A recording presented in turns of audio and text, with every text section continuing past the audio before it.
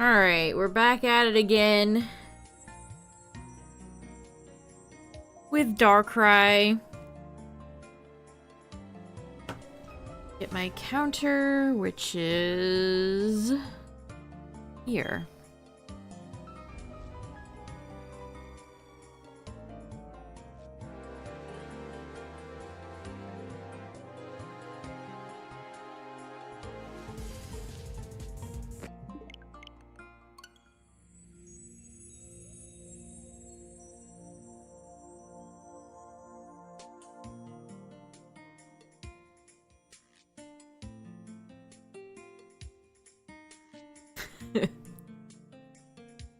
Cool Darkrai emote. Ah! Spooky scary. Of all the Pokemon games to be enshrined forever in the Twitch archive of emotes, it's Pokken Tournament. Who would have thought? Not me.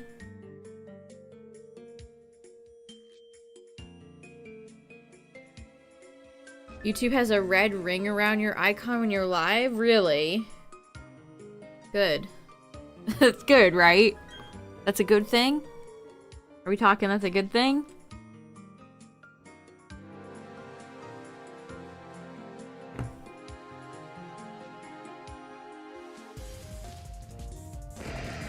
Alright. What's up, everybody? Welcome back to more Darkrai.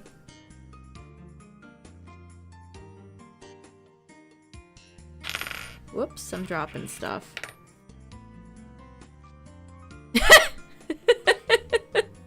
I mean, I'm sure Bidoofbot appreciates it, Tyler. It's really funny that you did that because I got an email today that was like, Bidoofbot, why don't you try some new content creating in these categories? And it's like, oh, Twitch, no. I don't, no. Bidoofbot hits the big time.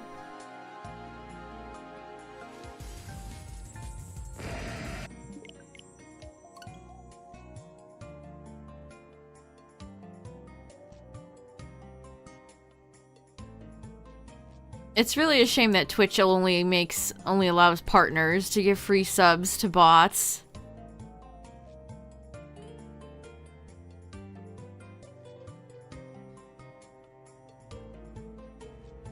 What's funny is that Twitch literally recommended just chatting. That, like, yes, that is exactly what they want Bidoofbot to do. Why?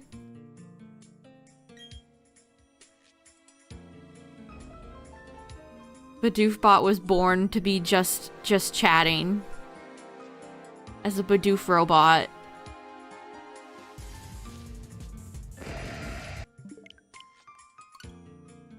I've seen this Switch menu so many times lately.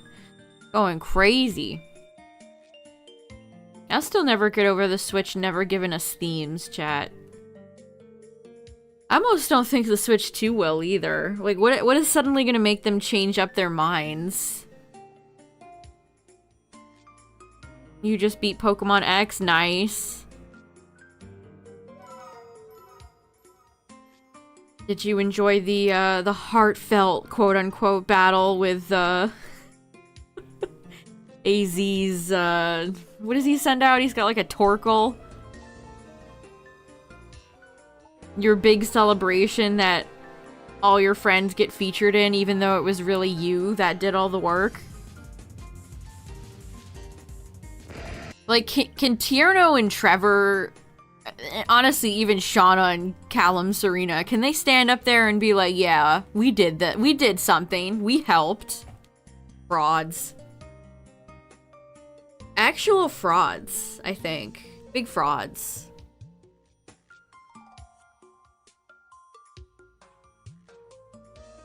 I hope it has a real OS. I really do. I really, really do.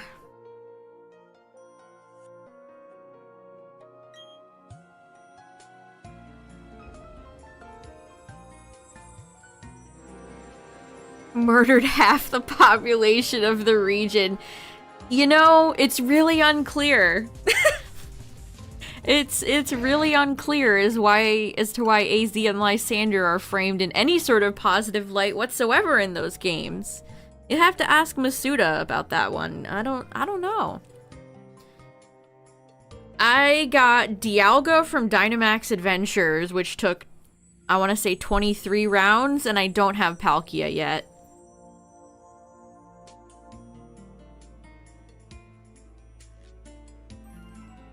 So I got Dialga from Dynamax Adventures. I'm really only playing this because this is my only option for Darkrai. I can't get it from PLA, it's not in Dynamax, so we be out here. Again, Shaman took 29.59, so it'd be nice to get Darkrai under what it took to get Shaman, but I'm not holding my breath, chat. I'm being realistic here.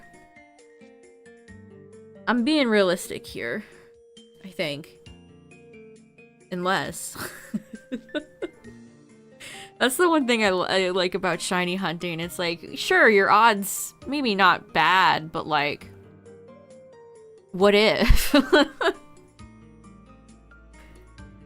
What if?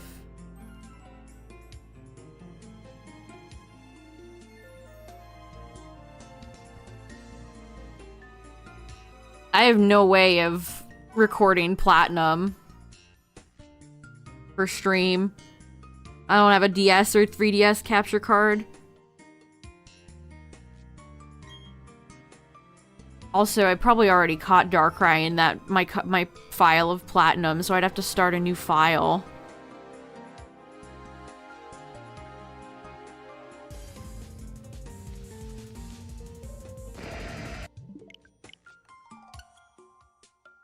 See, it's the opposite for me. I feel like resetting is extremely uninteresting. I much prefer Dynamax Adventures.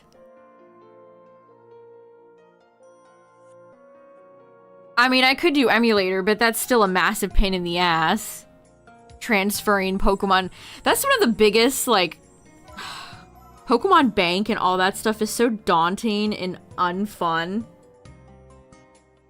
I need to go look for my old team for my copy of Ruby. But I don't even remember which DS I even have Pokemon Bank on. Ugh. God, what a nightmare. They really made the most convoluted, horrendous system possible to transfer Pokemon from these games. I usually like to just keep my shinies in the games I get them in. Very rarely do I bring up shinies, unless it's like a situation where I have to bring like Cyndaquil into PLA to get Hisui Typhlosion, you know, stuff like that. But I don't know if I'd want to keep shinies on old games.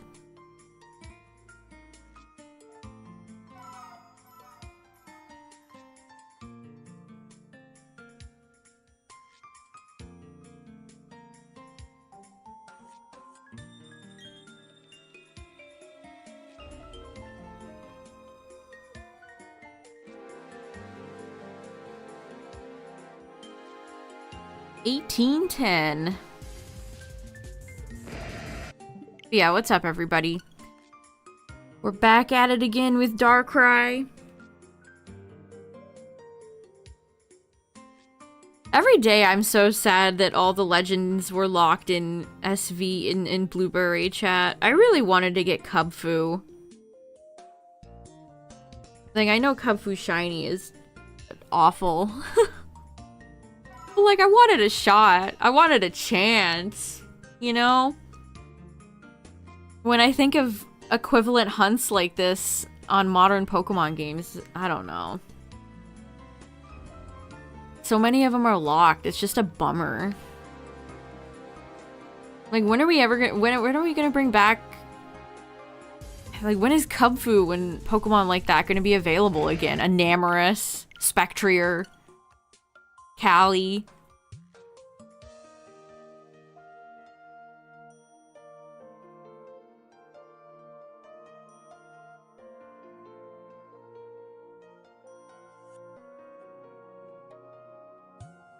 And the fact that they just kind of scatter them all around the region. It definitely feels like a ton more thought went into Dynamax Adventures than what to do with the legendaries in Scarlet Violet.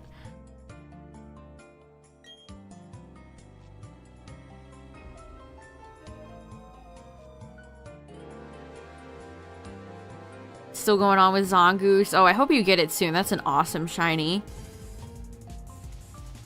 Yeah, that's true, Justin. When you... Oh, jeez. Yeah, you need single and rapid strike.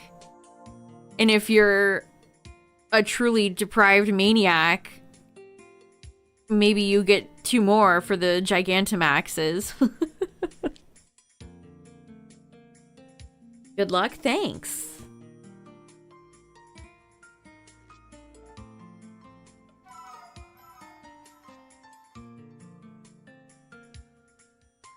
I actually really like Gigantamax Urshifu. I just like Urshifu. I'm just an Urshifu apologist. Every day, I'm like, I like Urshifu. I think he's cool.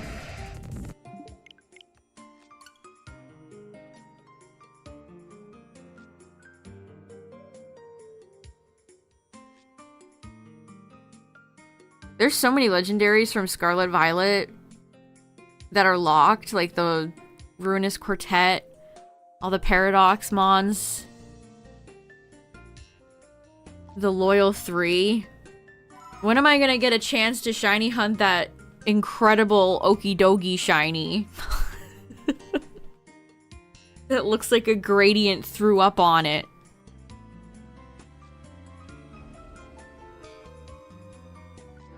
I honestly kind of like Okidogi shiny just because it's so in your face. It is uniquely awful.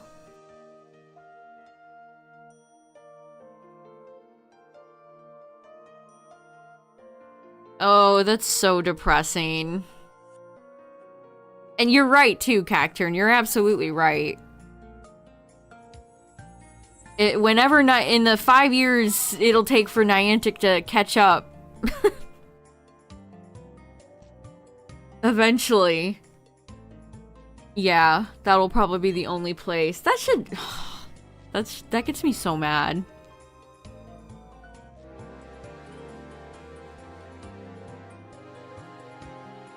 It's what you say is unfortunate.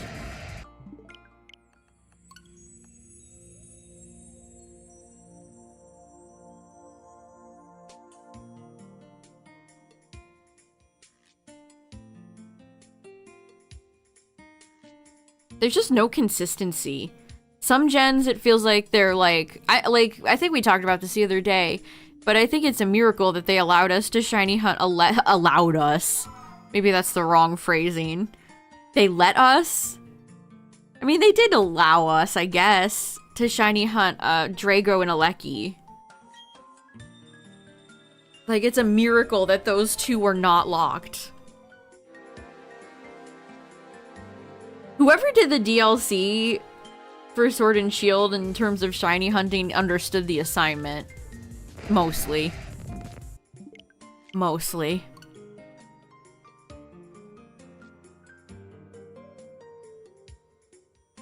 Has there been any leaks? I haven't even seen anything.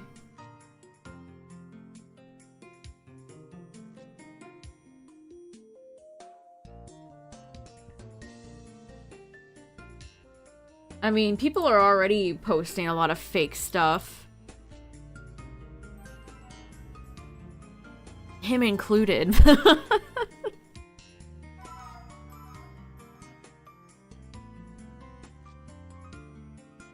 Well, on one hand, chat, it's almost June.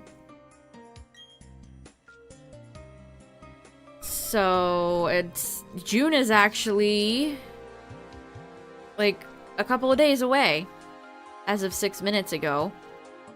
It's this Saturday. That's crazy.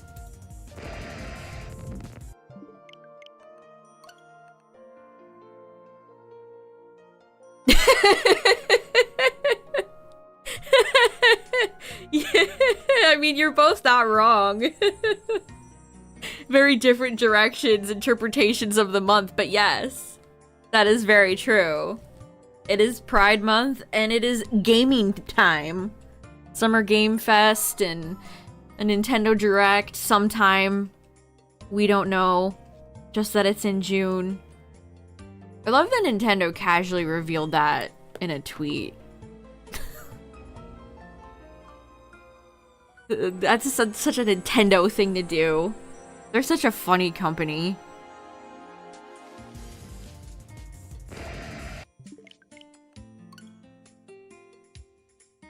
June's your favorite month. Yeah, people get off school and it's... June feels like the official start of summer. Are there any PokeTubers I dislike? Most of them.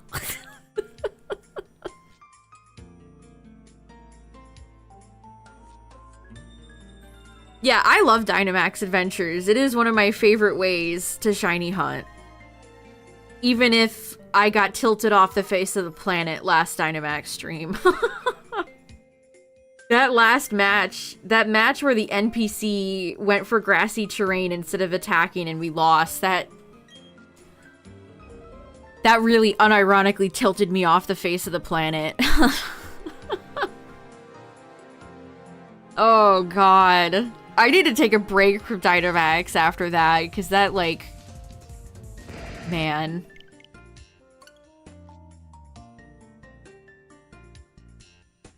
Hasn't that guy made, like, 40 plus videos on PLZA?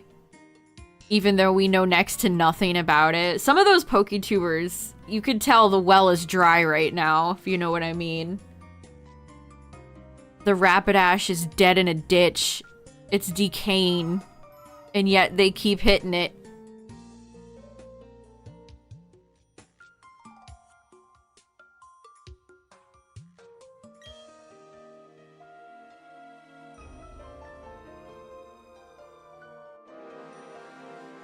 I mean, a lot of Dynamax Adventures, you don't necessarily need human people to win. Also, animations are off, so it's faster.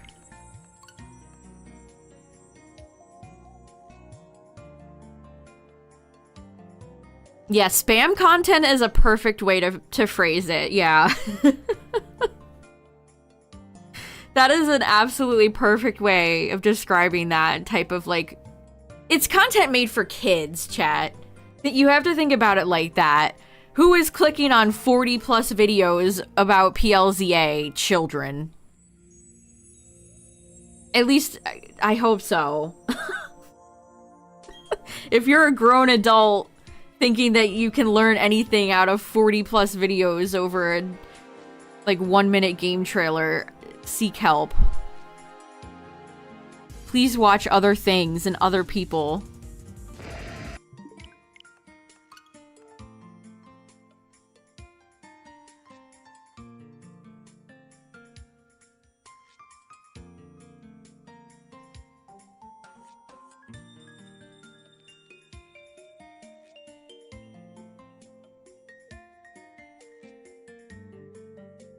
How do you even make, like, 40 videos about PLZA?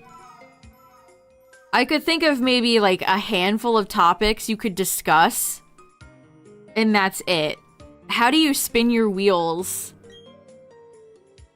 to the point where you're making 40 plus videos over a pretty nothing burger trailer that came out at the beginning of the year?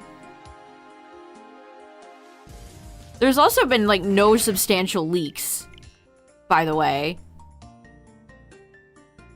I haven't seen anything that seems credible whatsoever. Yeah, you're right. A lot of them just straight up lie. That is very true. Once again, gotta quote Buster. You really think people would do that? Go on the internet and tell lies?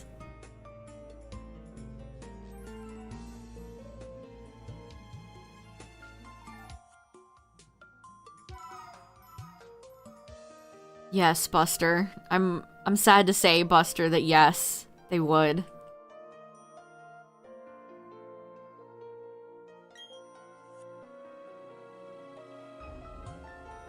Oh god. I hate when you can tell that they just start yapping to hit the 10-minute mark for AdSense. Ugh. Oh no.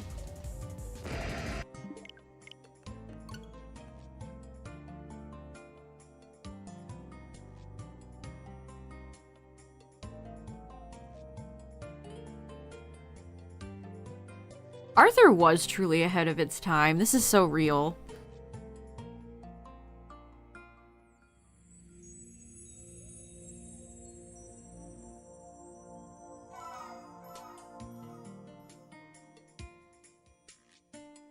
I don't know, I feel like Pokemon and almost in like the entirety of the brand right now is kind of...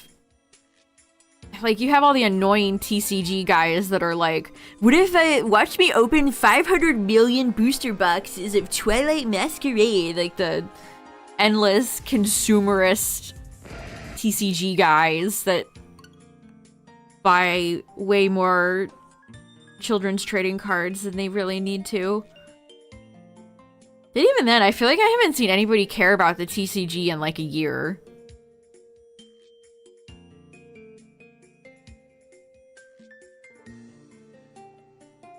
The Gen 5 remake thing is ludicrous.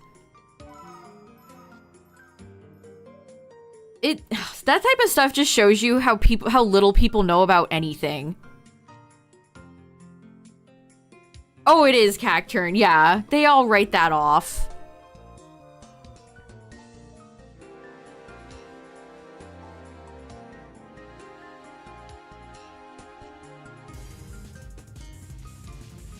And a lot of those chuckle fucks get sent free product.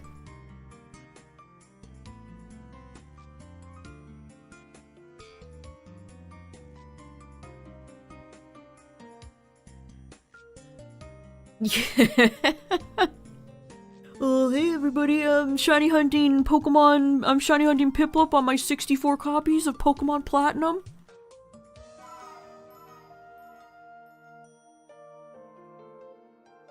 They are, Cacturn. A lot of those videos are just made for, like, little Timmy to click on. That's it.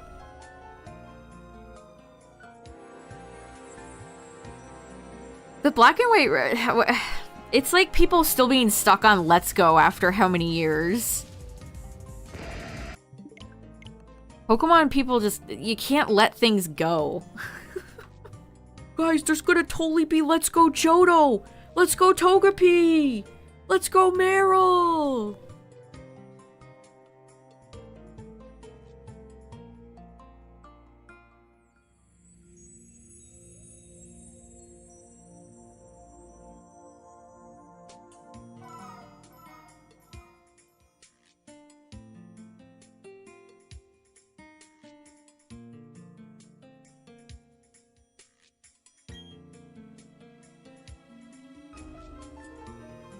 Yeah, I agree. Like, why do people want Gen 5 remakes after BDSP? I was so baffled by the response to the presents in February. I saw people genuinely upset that Gen 5 wasn't there, and it's like, you should be grateful that they were spared. Like, you really want to see them degrade black and white? Like, I couldn't even think of the word. Not do any justice? Like, we literally just had a case study. Like, it's so wild watching people genuinely get upset.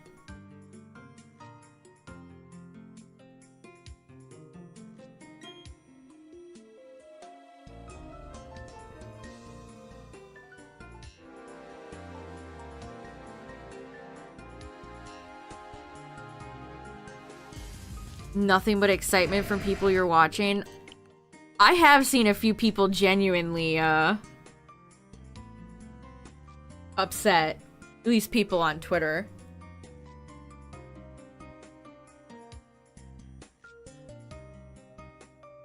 I mean, I bought the game, it's mine. Even if I don't like it, I could still shiny hunt in it. Like I said, where else am I gonna get Darkrai?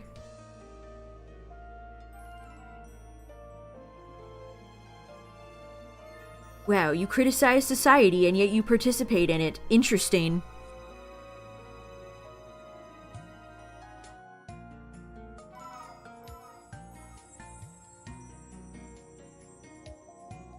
I'm not Sword and Shield's biggest fan either, and yet I have more hours in that game than I care to admit.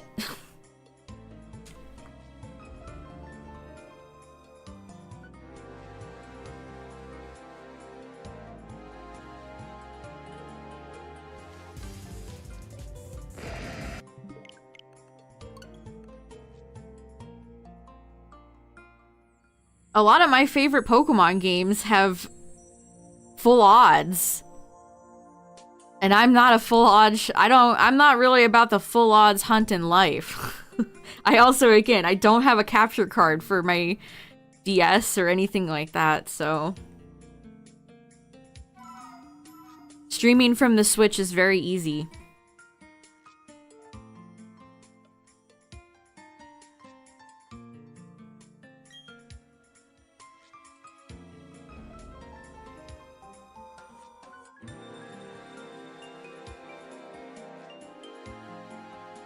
Oh, I know exactly the same guy that always does it. What's his name? Like Mix something? Mixolly? It's that same guy that always puts big spoilers.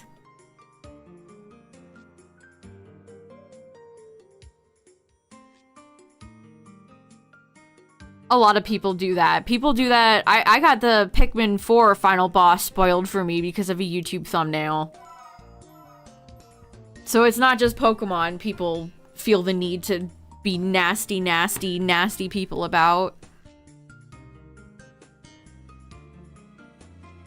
People do that for every video game.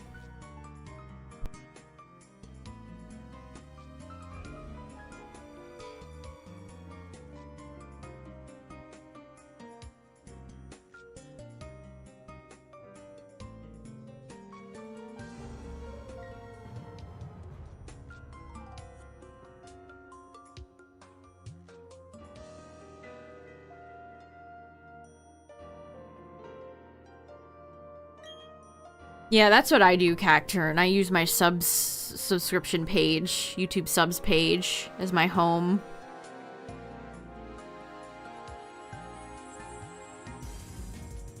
YouTube's algorithm...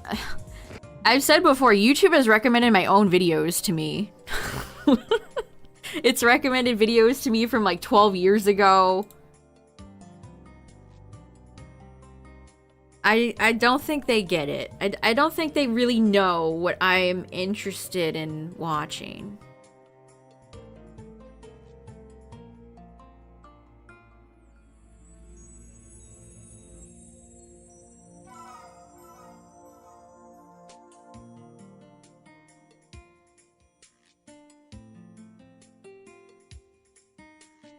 They do remake Black and White. You wonder if they'll do a grid-based remake or try to make the terrain look more organic. That's a great question. I don't know. And I think you have a particularly tough case with Black and White because, like, do you incorporate Black and White 2 into it? They clearly didn't incorporate much of any Platinum into this game, and it's all the worse for it.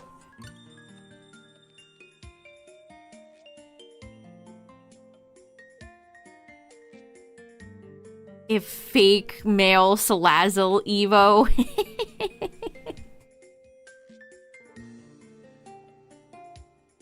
I love when people try to take a fake, like a Fakemon screenshot and they try to make it look like it's in the game and that it's real.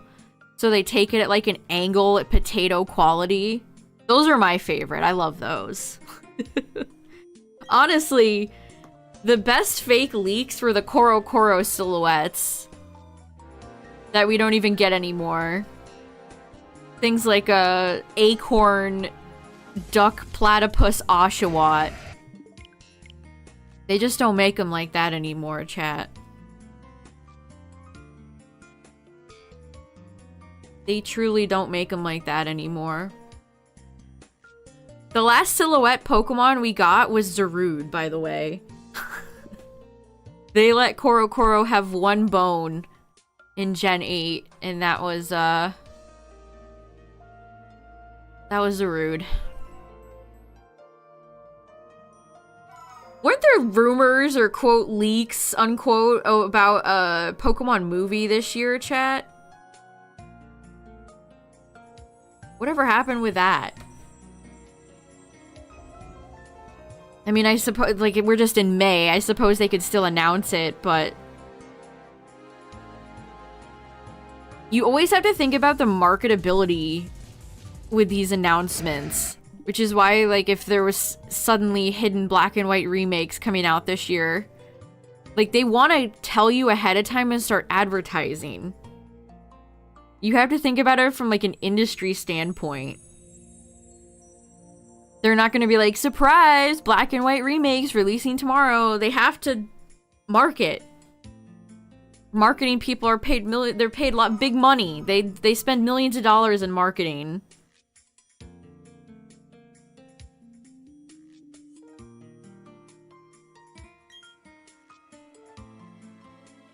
It looked pretty real. Yeah, a lot of them are really convincing. Not all of them are goofy, hilariously fake.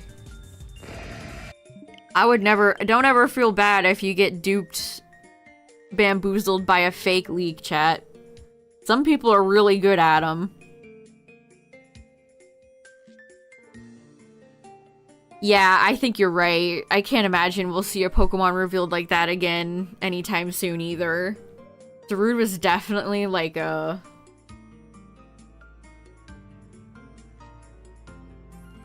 unique case? Yes, I want to say there was like a... We're gonna get another mythical for the upcoming Pokemon movie. I don't even know where that came from. Did that come from Riddler or... The other Chinese leaker? I don't know where that came from. I can't remember.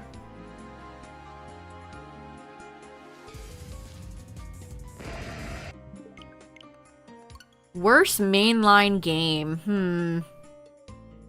Probably something on the Switch.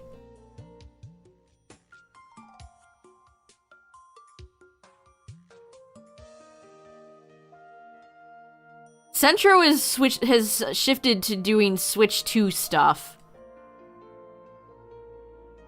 There's absolutely nothing going on with Pokemon right now, so Centro has been just reporting other people's Switch 2 news.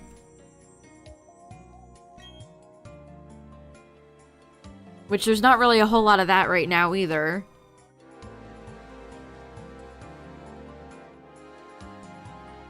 You think Let's Go is the worst mainline game? I feel like you could make compelling cases for any Pokemon game on the Switch. I feel like you could make I would be willing to sit here and like listen to anyone's cases for any Pokemon Switch game.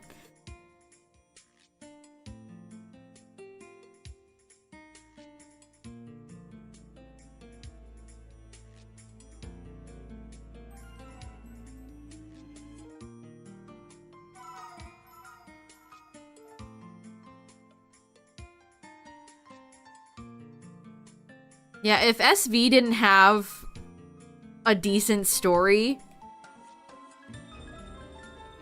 and a great cast of Pokemon,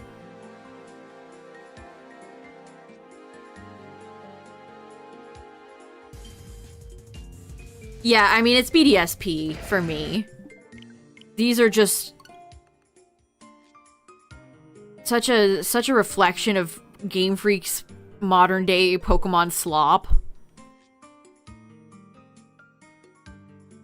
Can you get Darkrai if you just bought it? No, unfortunately. If you didn't get the mystery gift when it was available that they poorly advertised, you can't get Shaman or Darkrai. It sucks.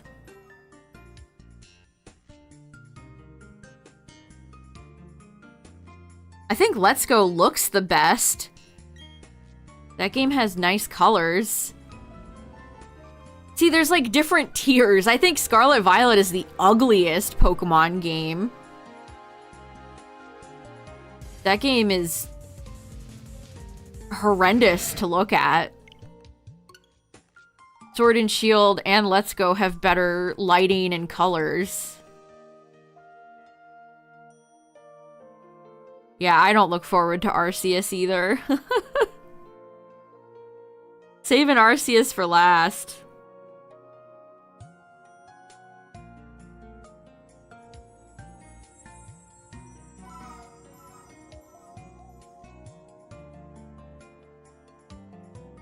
Yeah, I've done about 300 as well. I'm sitting at 321 for Arceus. I dabbled in all 3 mythicals when the game first came out, and then I just decided to tackle them one by one.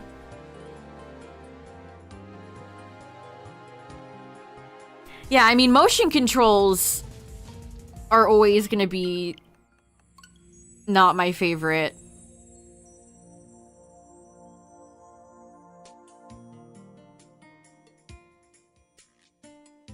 Also, I want to bring up something very funny, chat, that I completely forgot about. So, in BDSP, you know, back in the day, this was to tease Heart Gold, Soul Silver. So they threw Jasmine in. And Jasmine is the only character in BDSP that got a redesign. She got a different color, she got a different dress. They actually gave Jasmine a little redesign. And she is the only character in these games that got a redesign. Jasmine. Now, tell me that isn't like... I mean, good for her. I love Jasmine. She's one of my favorite gym leaders. I love her. But yeah, if you notice, Jasmine's design is slightly different. They gave her like a long, flowy dress. Let's Go Johto confirmed? Let's Go Pikachu and Eevee sequel? Togepi and Meryl confirmed? But yeah, that's I saw somebody tweet about that the other day, and I was like, well, I'll be damned, you're right. Jasmine does have a little redesign. That's crazy. Somebody at Ilka just likes Jasmine. Wow. Like, even Let's Go had different character designs. I love... Let's Go's best thing is Lance's redesign. They did that man 1,000 justice. He looks so good. So many characters got fun character redesigns in Let's Go. And they just did nothing for BDSP. They didn't do anything. No redesigns. Except for Jasmine. Good night, Dragon. Have a good one.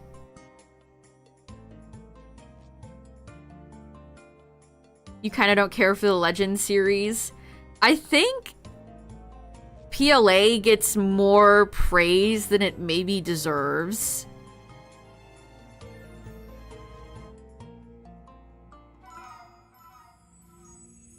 It has a lot of the same issues I have with Scarlet Violet, where it's just big empty areas with nothing to really explore. Again, with the Pokemon rarity problem, like, there's no armor or anything to find, like secret areas in Tears of the Kingdom or Breath of the Wild. I think those games had more atmosphere, and I enjoyed exploring them more than Scarlet Violet's empty, ugly nothingness. I also think the town in PLA is really boring. Like, all the NPCs are static. That sucks, dude. Like, them never being able to figure out decent NPCs blows me away.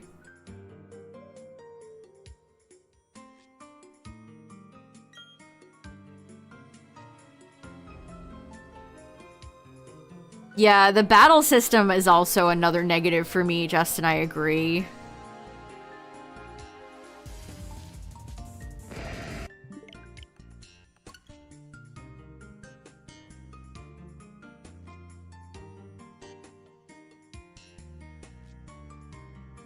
But I do enjoy all the boss fights. I think all the boss fights were really unique and interesting for, you know, Pokemon, anyway. I liked the story, mostly. there's a few points where I think the pacing's kind of off. I liked Volo as a villain. A lot of Histoi Pokemon are fun, even though there's some that are not great. I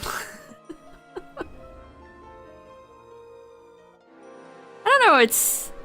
Again, I think a lot of people blew up PLA because it was quote-unquote different. Pokemon had gotten so formulaic and stale to a lot of people that people saw PLA and were like, wow, they finally did something different.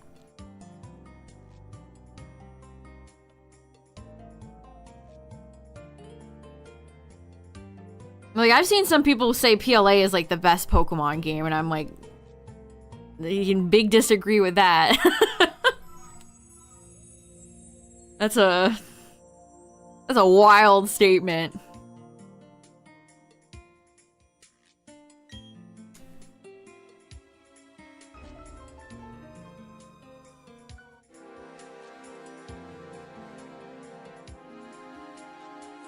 Yeah, a lot of people really liked the catching system in PLA.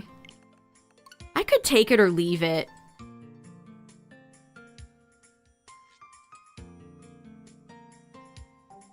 I don't know. I've talked about this before, but I feel like catching Pokemon in PLA almost trivializes it. Yeah, you and I agree on that, Justin. It cheapens them.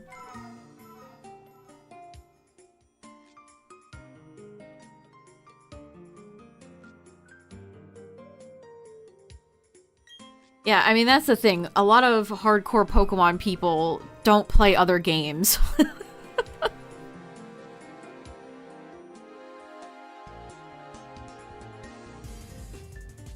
Yeah, it feels just like catching Pokemon in Pogo, where they're just disposable. They're just candy, disposable nothing.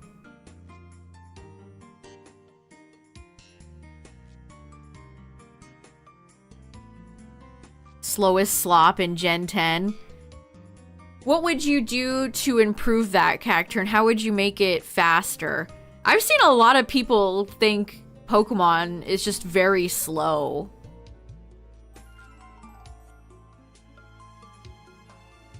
I've seen discourse over ROM hacks and the function of the speed up button in emulators.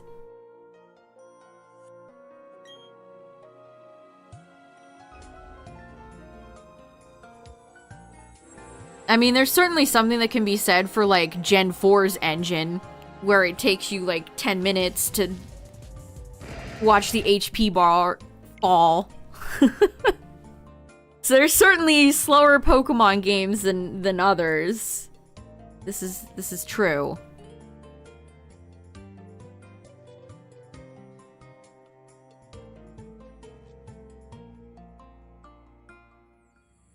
I think the biggest thing that could improve Pokemon battles for me is if they... And I know I've brought this up a lot, but the way multi-hit moves work in Pokemon are so bad. The fact that you have to watch a Pokemon awkwardly, like, tilt itself up to 5 times. Yeah, tink, tink, tink, tink, exactly. Multi-hit move, it's just so slow! Like, there's ways that they could speed it up and have it more stylized that would not take away from the fundamentals of Pokemon battles.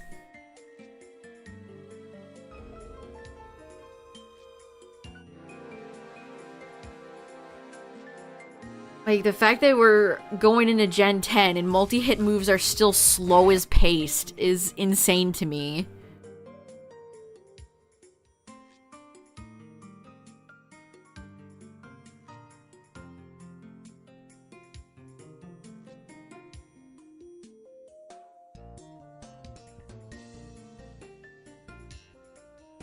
Honestly, one thing I would bring back... I don't even know how hot of a take this is. This might be a frigid cold take. I don't know. I don't really... A lot of people do not talk about Pokemon Battle Revolution. But one thing I liked about that is that Pokemon actually ran at each other. That has one of the most unique Pokemon battle systems in the entire franchise.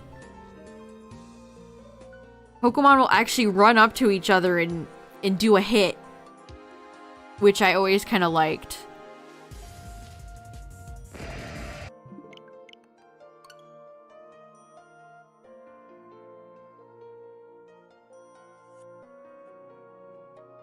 Grind out the shiny costumes. Gotta get the shiny Groudon costume.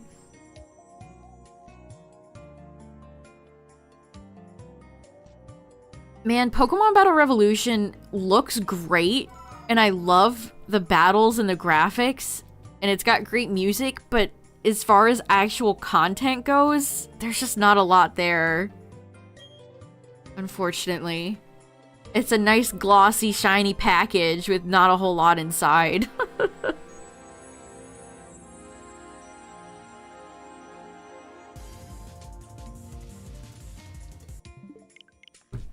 Is YouTube just playing the same song over and over again?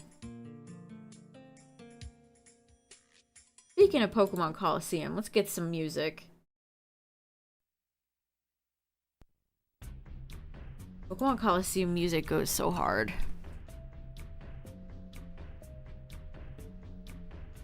I would love for them to even acknowledge Coliseum exists, dude. They don't even, like, acknowledge it anymore.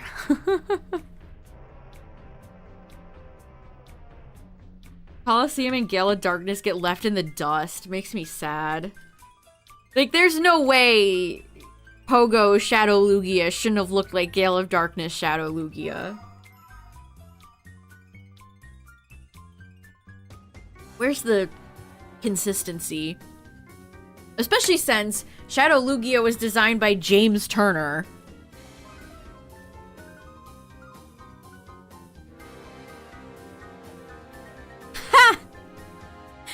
What's funny is that I know a certain Zoomer who thinks Coliseum is too old.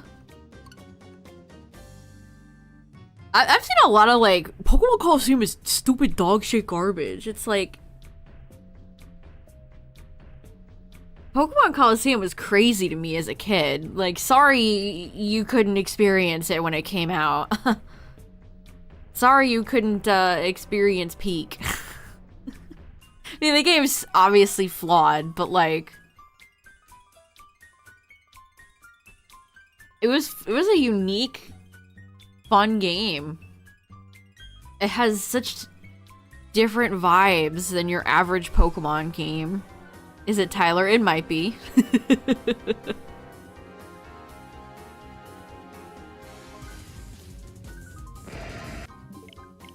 Yeah, same thing with Stadium in Snap, yeah.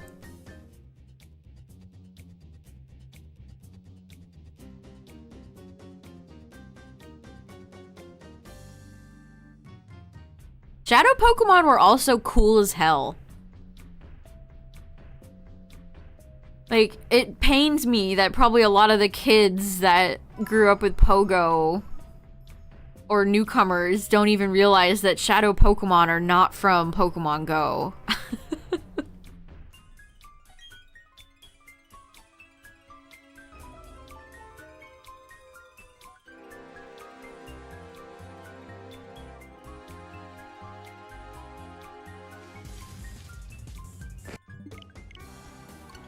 Yeah, they'll acknowledge Stadium and Stadium 1, but they just don't seem to care about Coliseum or Gale of Darkness, unfortunately. Maybe because they were made by, like, a third party.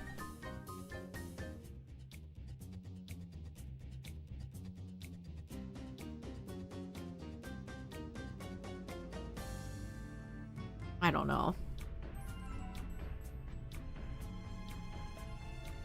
I don't know.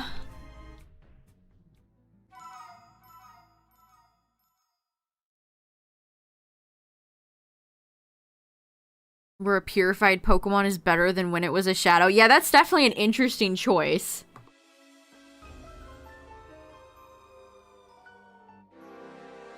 Are we sure that is that even intentional on Niantic's part? Also, speaking of things that are maybe not intentional, Anubis posted an interesting thread today where she said that she thinks all the Gimmighoul encounters in Scarlet and Violet are bugged. They don't work as intended. Which... absolutely insane. What were they cooking? You're serving of spaghetti slop, sir. Yeah, maybe she just had an old Switch. Maybe if she had a brand new OLED Switch, it wouldn't have been glitched.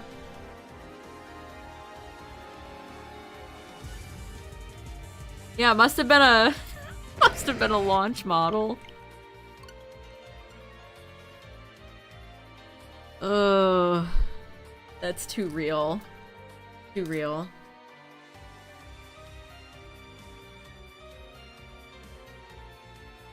It's just incredible to me that Game Freak was like, yep, ship it.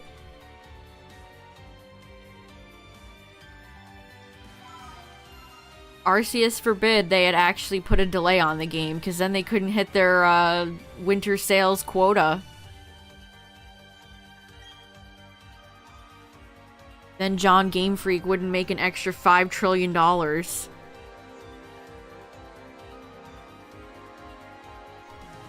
Or, sorry, the evil TPCI, as people keep yapping about with no real evidence or proof. Somebody was literally doing that in the VGC LA stream. Well, actually, it's because Game Freak is just a little company. It's the evil TPCI. Who do you think made the Pokemon Company, you fucking idiot?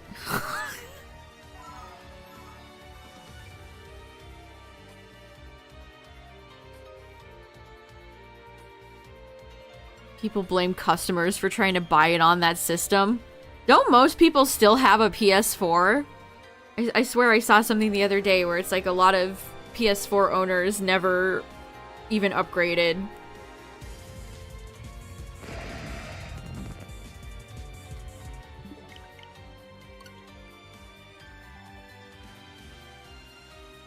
Good luck. Thank you, thank you.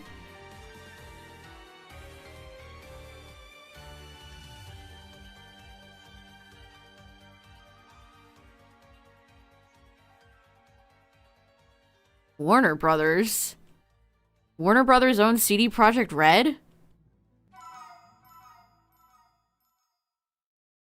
To me, that seems like all CD Projekt's fault.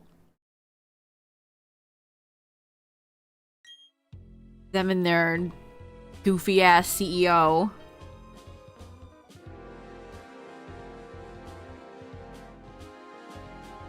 I love that it was Cyberpunk that popularized the game yellow apology.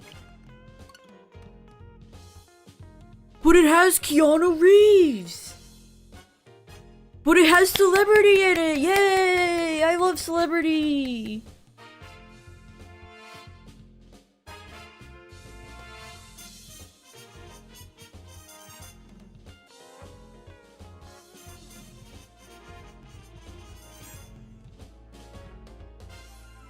Ugh, what celebrities is Jeff Keighley gonna bring up on stage for Summer Game Fest?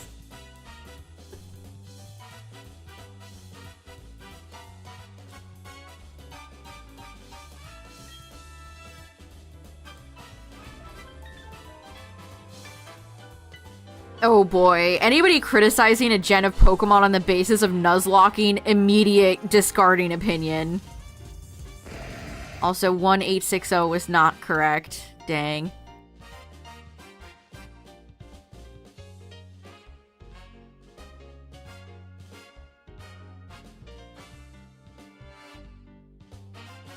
Is Thousand Year Door selling well? I've seen a lot of copium from Paper Mario fans that if it sells well, they're gonna go back to their old style of Paper Mario games.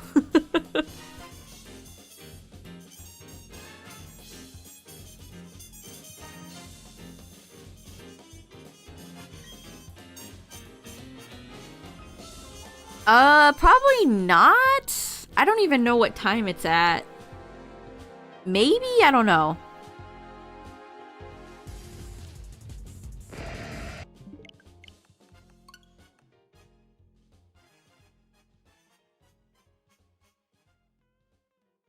Sonic Adventure 1 and 2 are some of my all-time favorite games. So is Stardew Valley. Banger after banger. They've been sending out surveys to TTYD players asking for feedback. Oh boy, I would love to read through some of those surveys. I would love to read through some of those. Paper Mario fans have very strong opinions. I would love to sort through those.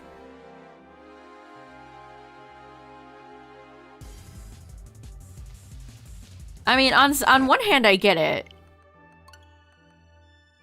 Having a bunch of games with a formula that they just keep straying further and further away from has to be super frustrating.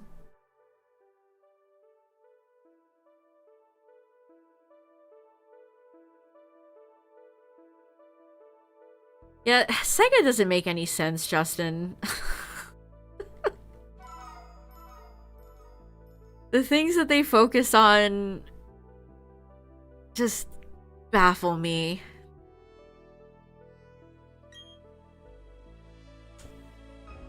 Absolutely baffling. You rented it from Blockbuster? Oh, man.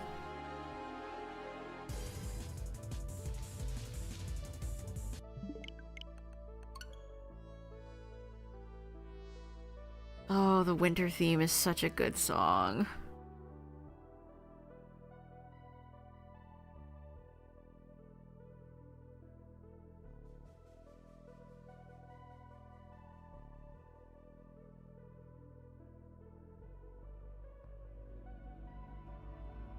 So, TTYD is out.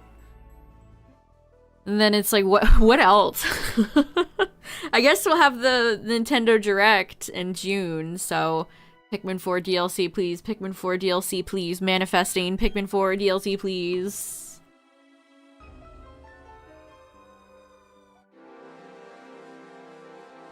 Pikmin 4 DLC, please.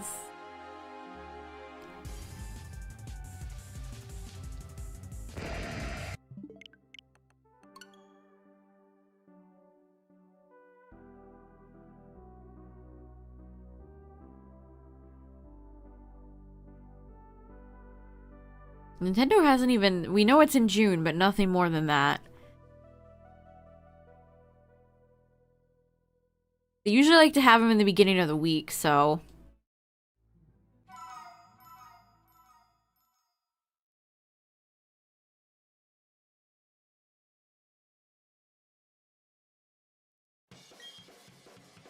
Rhythm Heaven game. I want a Star Fox game. I want them to remember Donkey Kong exists outside of that mini Mario game.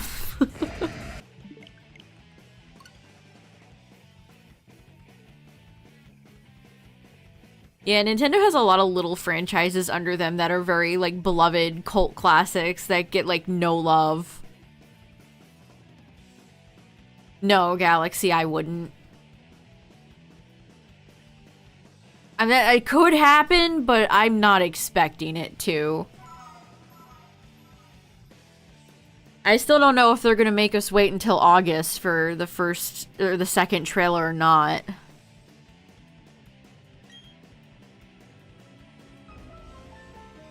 Because August is Worlds.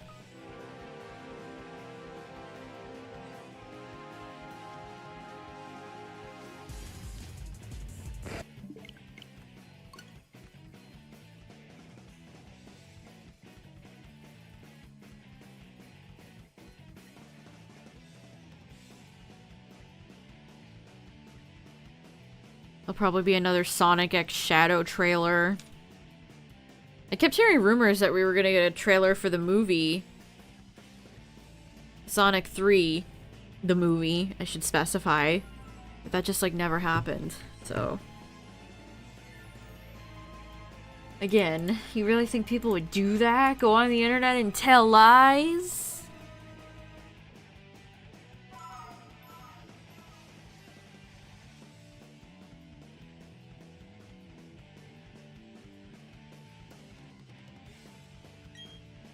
I've heard a lot of movies out right now are underperforming.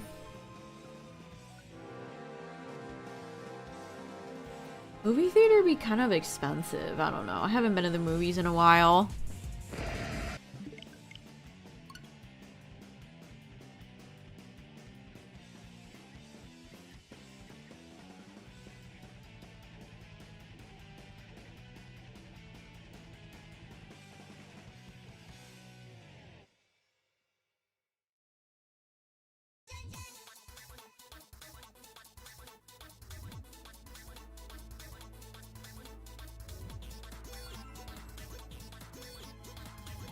Oh yeah, the Pokemon Center, added life-size Larvesta, $399 redues, and some cool Lugia and Ho-Oh bookends, which are kind of overpriced. They're almost $100. Yeah, Kung Fu Panda. I don't know what DreamWorks is doing right now. Sad.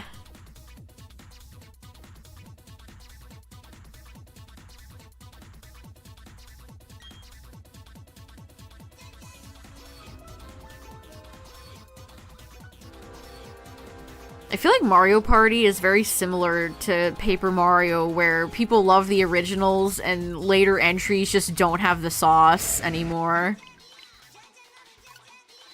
Yeah, I heard Garfield was not good. I heard Garfield is basically like a generic kids movie with Garfield's skin over it. Garfield isn't even like mean to John.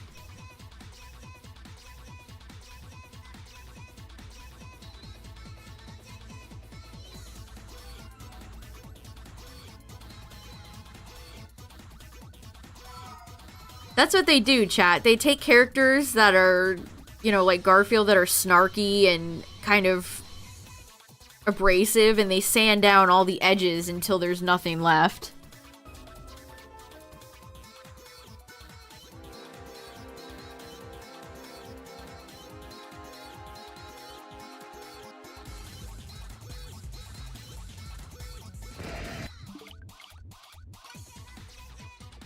Take things Midori says with a grain of salt. They've been proven wrong. Yeah, that's exactly what they did with the Grinch, yeah. They're so afraid of having a character that's, like, slightly rude.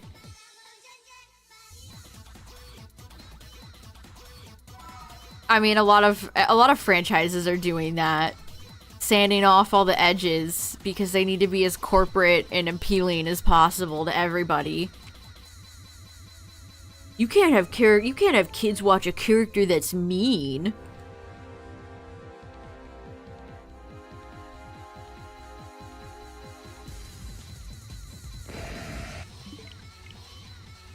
You can't have a character that's like a little bit rude.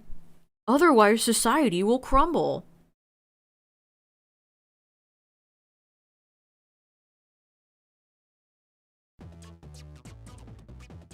Was the Illumination Grinch movie even successful? We haven't had a Seuss movie since, have we?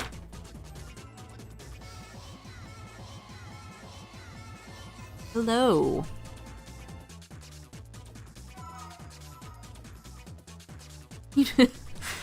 Gosh, if you wanna feel pain, think about the catalog of Dr. Seuss movies. Oh, are you talking about Lightyear? Ugh. Pixar has lost the sauce. Where the twist villain is Emperor Zurg, but it's not Emperor Zurg, it's Buzz from the future. Hilarious.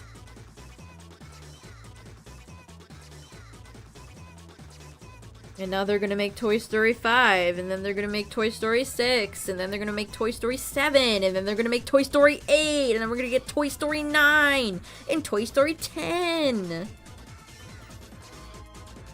Forever. Made over 500 million? Jeez. Well, I mean, it probably cost, what, 200 million to make, maybe? 100 million?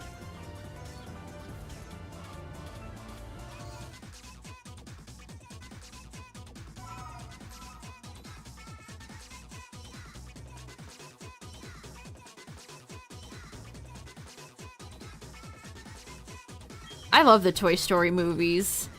Toy Story 2 is my favorite, but 1, 2, and 3 all are good. I've never seen 4. I love Woody. I like Woody a lot. He's such a salty, petty bitch in the first movie.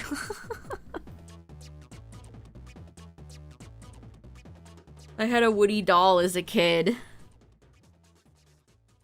Good night, Galaxy. Have a good one. Thanks for the good luck.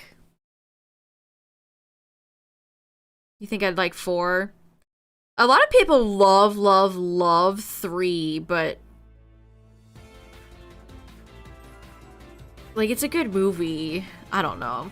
It's so bizarre to see Lotso. You know, Lotso is very popular in Asia. That's one of those characters that is extremely popular in Asia, and I'm not quite sure why. Lotso's a real bastard. That's a real son of a bitch villain.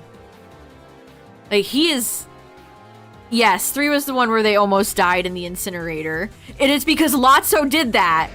Lotso could have turned it off, but he left. He's a real nasty bear. I would not want to snuggle up with that evil pink bear's face. Purple bear.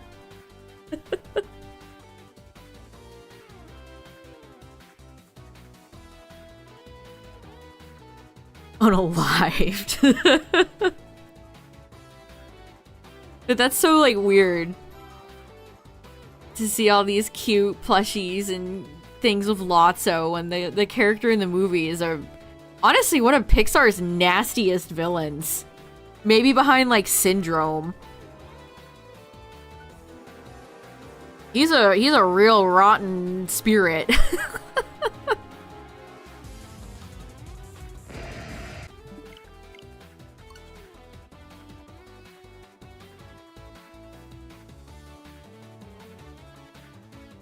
Yeah, the baby doll.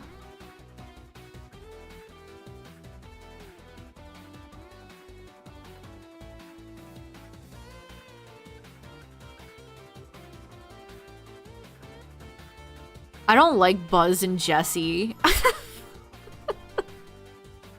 Buzz is great in, like, the first movie, and I like his role in the second one with the clone and Emperor Zurg, but Buzz's appeal kind of fell off a cliff for me in 3 onward. They're toys, dog. Why do they need to have a romance between toys? I guess Woody and Bo Peep always were, but I don't know.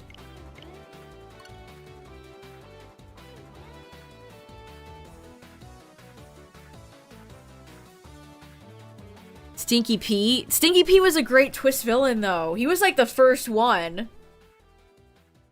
And you see his subtle manipulation throughout the movie until he gets revealed. 2 is the best. 2 is my favorite.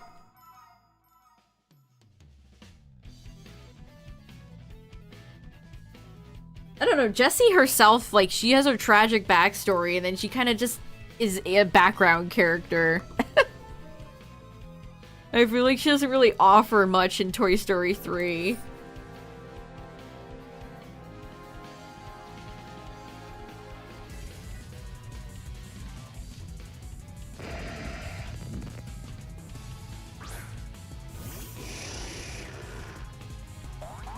What's the worst Pixar movie, chat?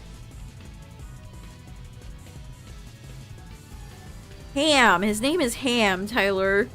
Get it right. Put some respect on Ham's name, please. His name is Ham. Cars 2. See, I've never seen Cars 2. I heard that that was very not good, so I never saw it. You have a few options. There's... People seem to not like Brave. Good Dinosaur. Lightyear. Cars 2.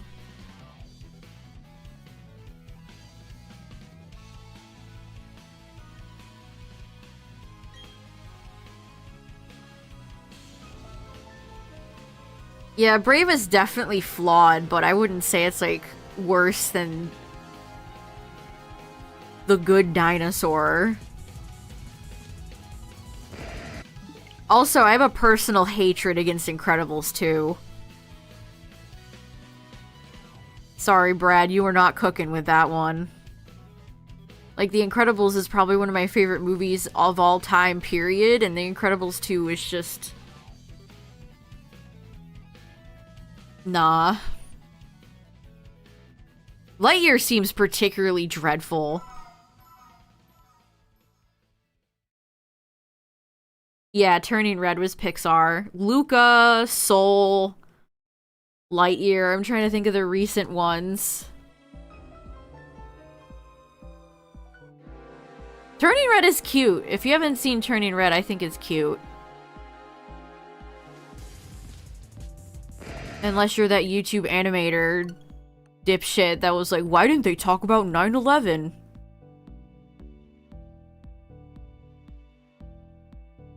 I never saw Monsters U.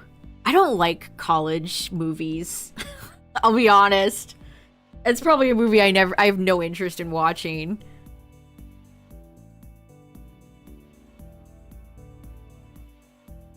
Yeah, I liked Bug's Life as a kid. Hopper's a cool villain. The rest of the movie is kind of like bland nothing, but Hopper's cool. Even though...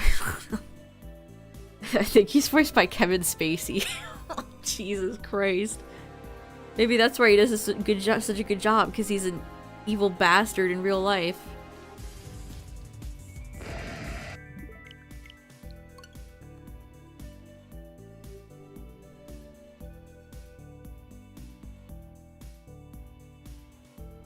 Yeah, Soul, I don't know. I've had no interest in ever seeing Soul. Oh yeah, Elemental too. I forgot about Elemental.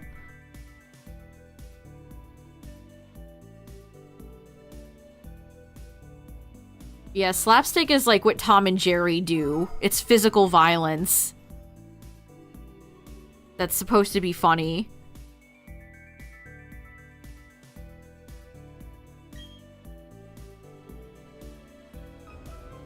$18.80.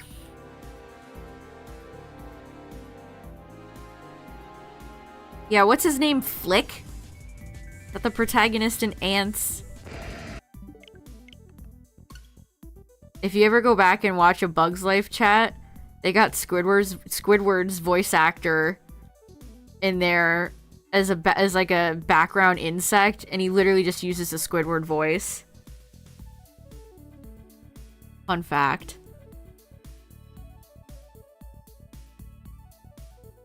There used to be a Bug's Life themed land, I think, in California Disney, and now it's that boring Avengers campus. Ugh.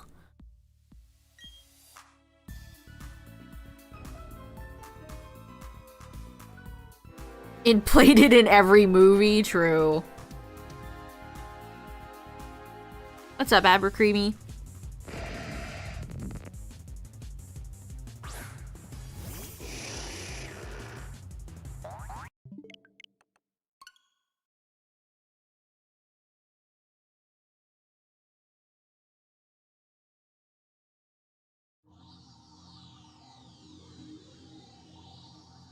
What even is their next movie? Do we... supposedly we're getting a trailer for Moana 2 soon.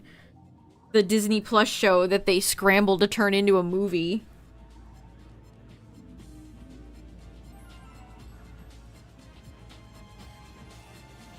What is even going to be the plot of that? Oh yeah, Inside Out 2. I actually really like Inside Out, the first one. The second one, I don't know. They're like, here's all these other emotions.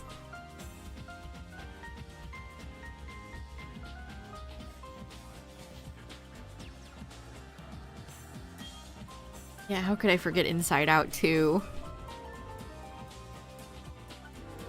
Favorite Pixar short? Probably the chess one. The old guy playing chess with himself. That one's very nostalgic.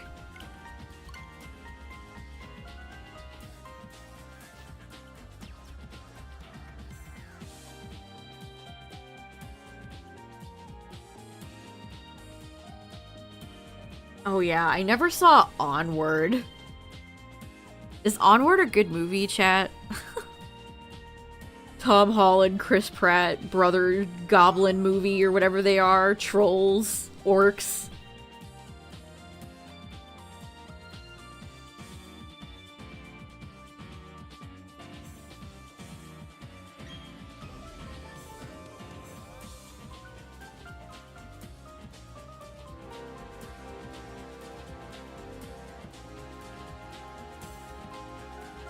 You got it under odds, nice.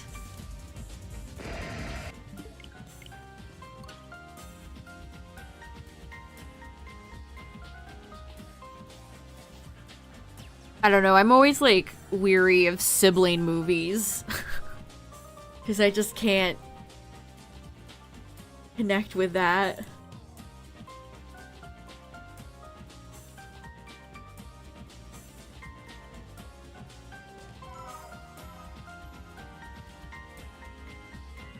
Oh god, Finding Dory. I forgot that movie existed.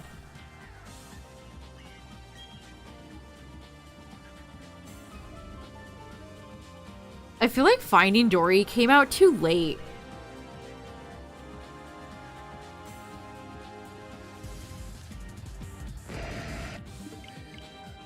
Like, maybe if Finding Dory came out closer to when Finding Nemo came out. I don't know, I feel it was just too late. Also, that was way past the time where we knew Ellen was an awful, awful person. I don't need to hear her quirky, annoying, forgetful fish come back. That ship has sailed. Yeah, Finding Nemo came out in 2003. And Finding Dory was 2016. Like... I like the original, but...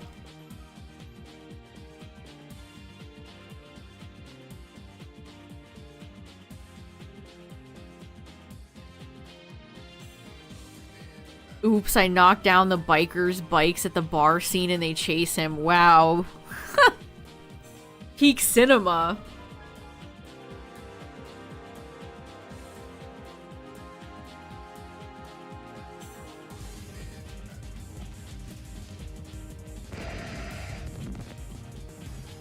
Oh yeah, Up. I'm not the biggest fan of Up.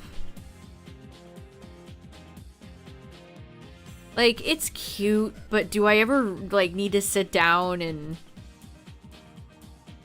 watch it again?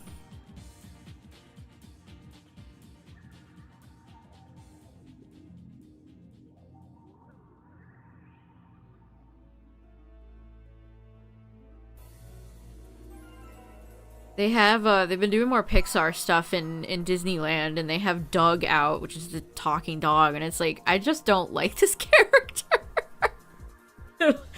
They're like, oh, he's so cute. It's like... Uh-huh.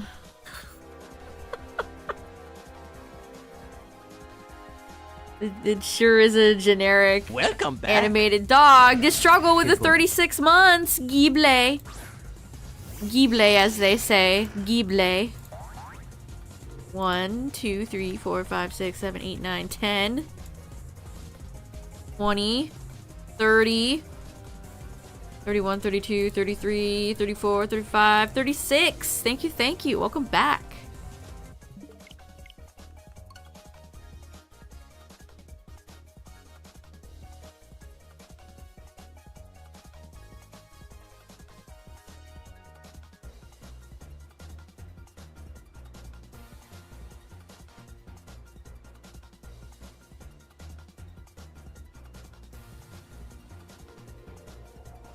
Yeah, people always talk about the intro, and it's like, yeah, it's sad, but... I don't know, I almost feel like they, like, it's so melodramatic. It's like, of course, she can't have children, and like, they really, like, went all in on that. They couldn't have just had them be a older couple. They had to throw in, like, it's so sad she can't have children.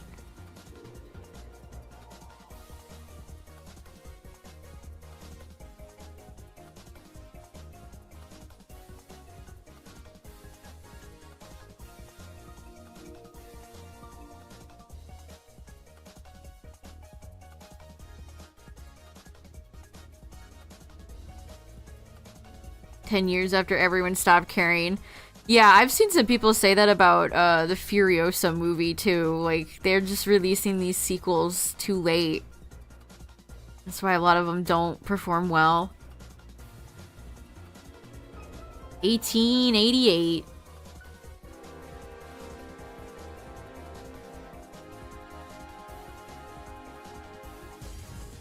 Zygarde's a tough one if you're doing Dynamax Adventures for it.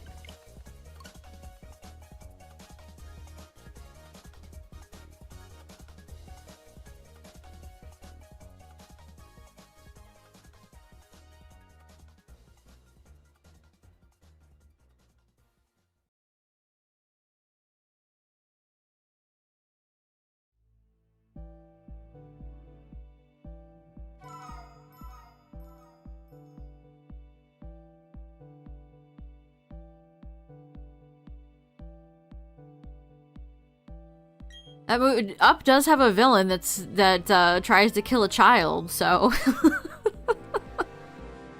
that's kind of crazy.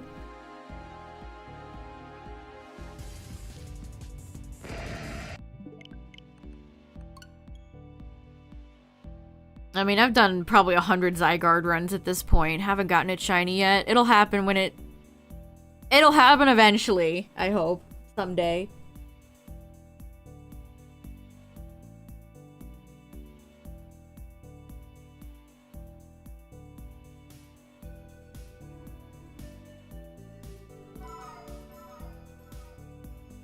I like Wally, but I don't know. Part of me finds, like, all the fat people in the chairs to be kind of obnoxious. Kind of like, I don't know. The social commentary is kind of a... Yep, I get it.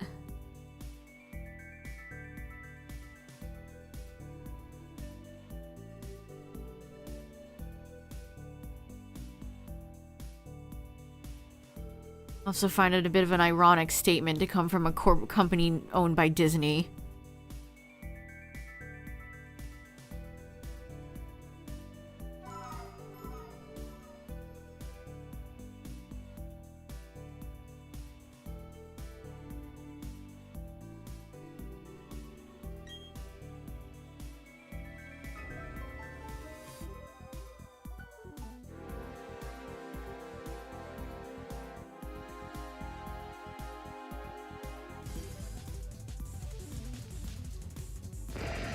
And then they all go back to, like, Earth, which is a, like, post-apocalyptic shithole. And everybody's just happy with that. I don't know. It's okay.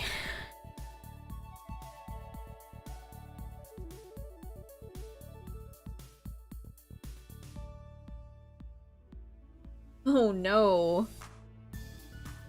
I don't think Google really...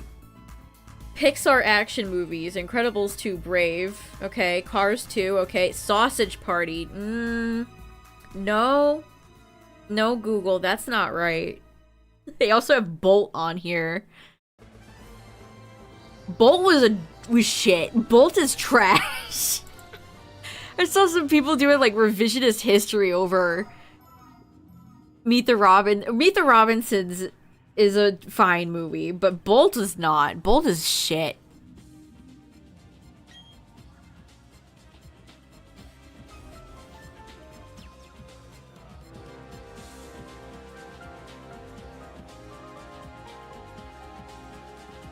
It's not. Chicken Little is probably still their worst movie, but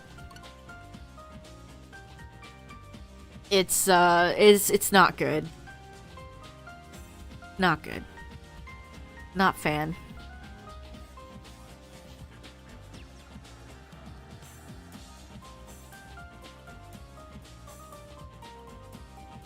Ooh, you watched it? Oh, jeez. Watching that type of movie with a parent seems like a good method of torture.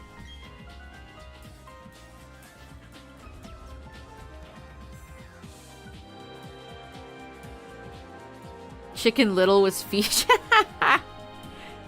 Everybody loves Chicken Little, dude. Yeah, Sausage Party is the Seth Rogen animated movie.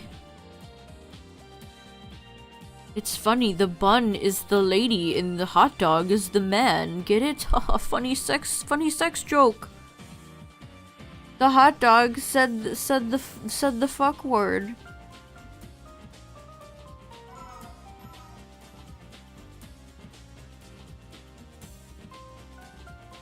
Hilarious. Oh, so I don't think they paid their animators at all.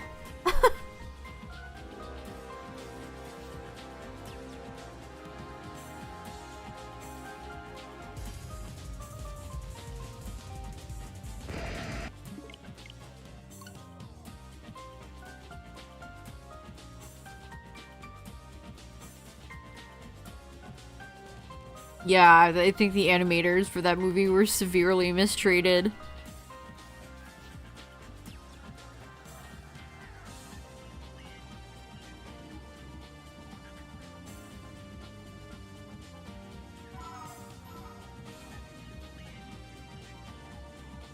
I still haven't seen Spider-Verse 2. I almost want to wait until the third one comes out.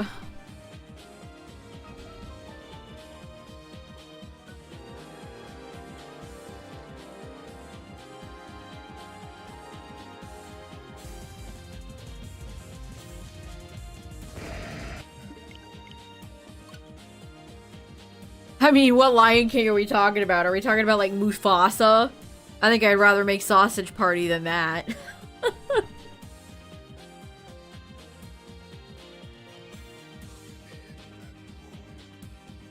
Ugh, if that movie makes, like, $1 billion, I'm gonna be sick.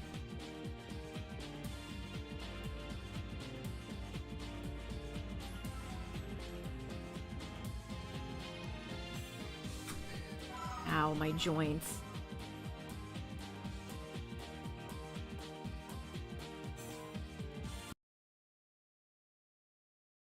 $2 billion. Everyone's lining up to watch emotionless, sterile CGI animals.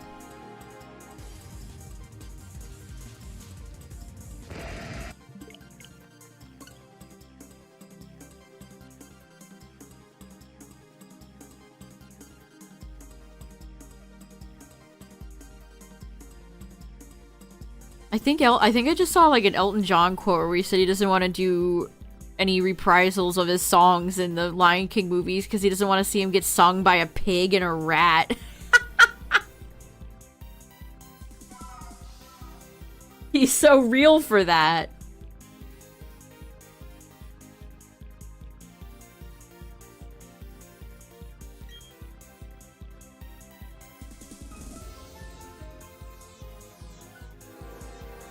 I saw Monster House, but I don't remember if I liked it or not. It's too long ago.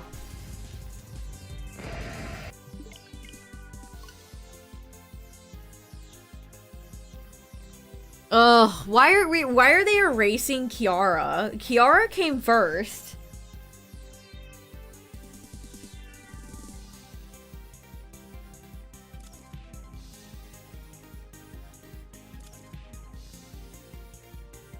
Real Lion King fans remember, what was his name? Koopa?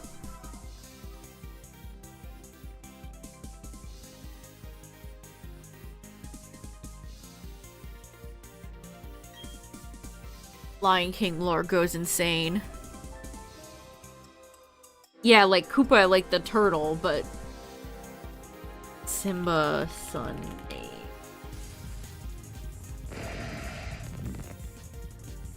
Yeah, K-O-P-A, Koopa.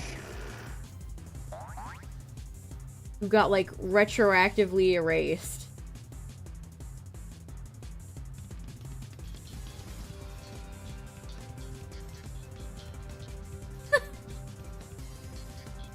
Looking at pictures of Kion, their kid from the Lion Guard, he's like, he's such an OC. He's got like a cool scar and like modern day like haircut. Original character, do not steal.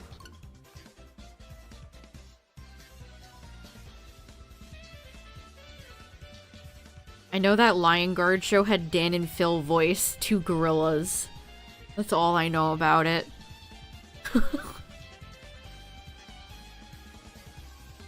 That's all I know.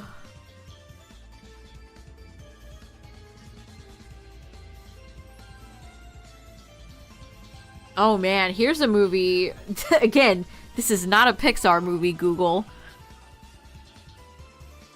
This is one of those cases where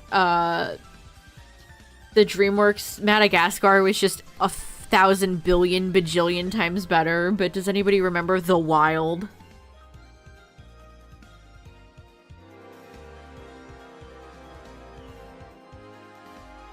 That was not a very good movie. I remember seeing that as a kid and being like,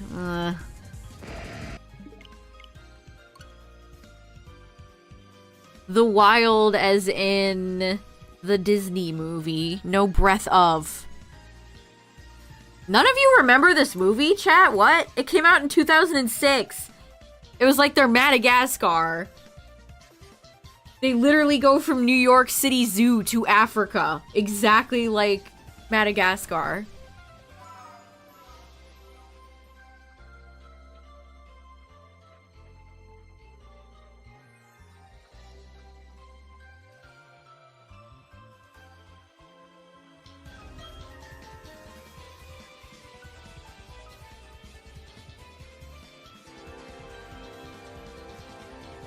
And there was like a koala that like shit himself or something. There's like a comedy relief koala.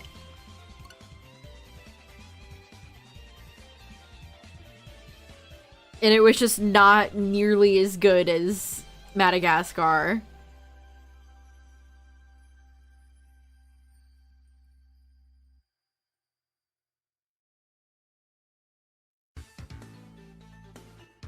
And it even had like similar characters. There was a giraffe, there was a lion. The only difference is the lion in this movie had a son.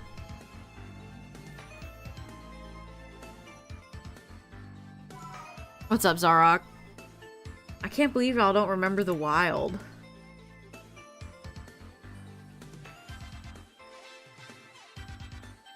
And there's like the wildebeests were like the bad guys. Oh, I think there was like a squirrel that like shit himself too, so they took the squirrel from like over the hedge.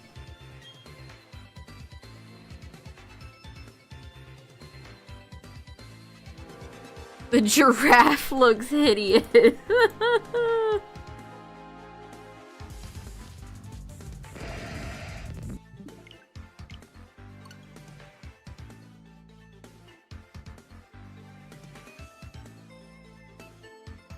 That's one of those cases where it's like Ants and A Bug's Life, where Disney and DreamWorks release movies that are just weirdly similar.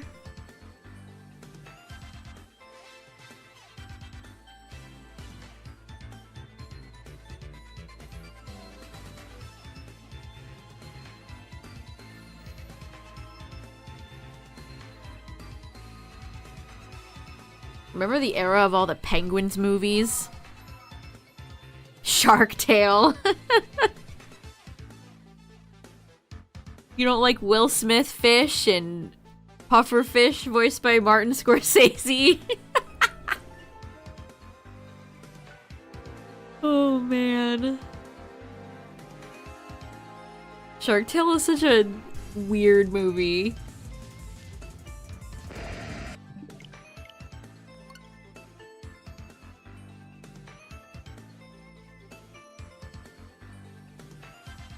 Yeah, he just wanted fame and fortune. He was just selfish. And they had that awful trope of like male character with female best friend, and female best friend is secretly into them. Like, ugh, hate that trope. Danny Phantom.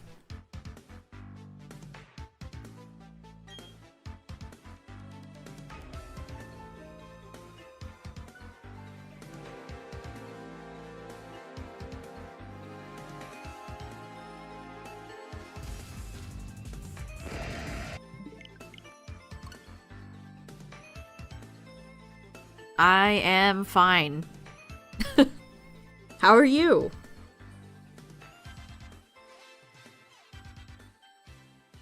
Talking about the wild, you know? Peak cinema right here.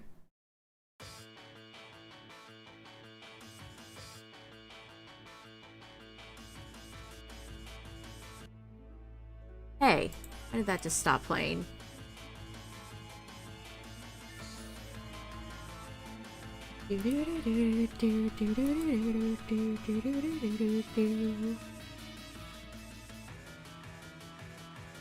Ryan Reynolds plays the same character in every movie he's in. This is very true.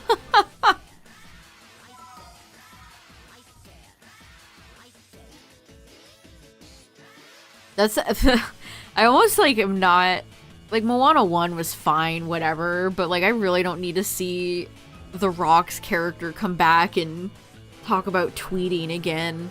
Yuck. Sick of these actors. Same 4 people they recycle over and over again.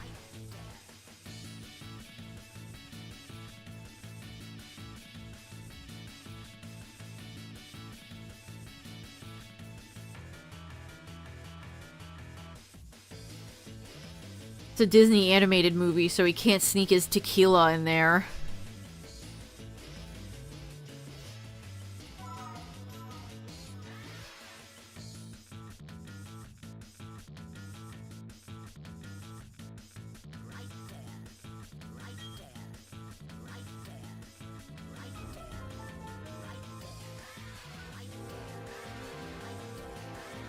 I think, doesn't Reynolds have all these like celebrities have like tequila businesses. And it's like, who is buying celebrity tequila? What's the type of person that goes out and buys celebrity tequila?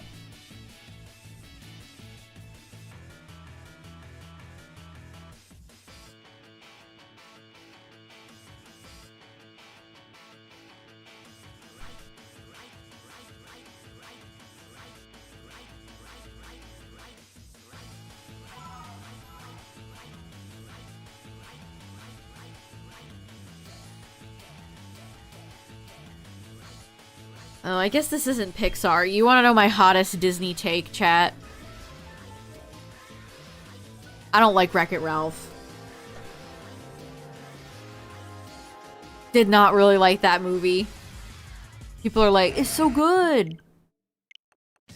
Did not really like it.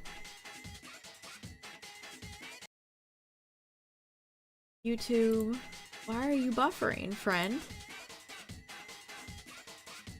It does ads for another. Yeah, they all like that's. They all see it as like even more money for them, as if these people need any more money.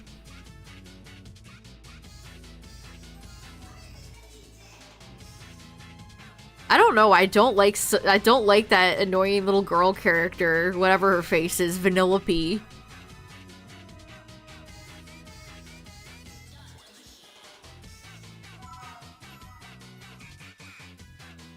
And I remember before the movie came out, they were like, Sonic is in it. And it's like, all those characters show up for like 5 minutes in the beginning of the movie. And the rest of it is just Ralph and Sarah Silverman, high-pitched, annoying little girl character.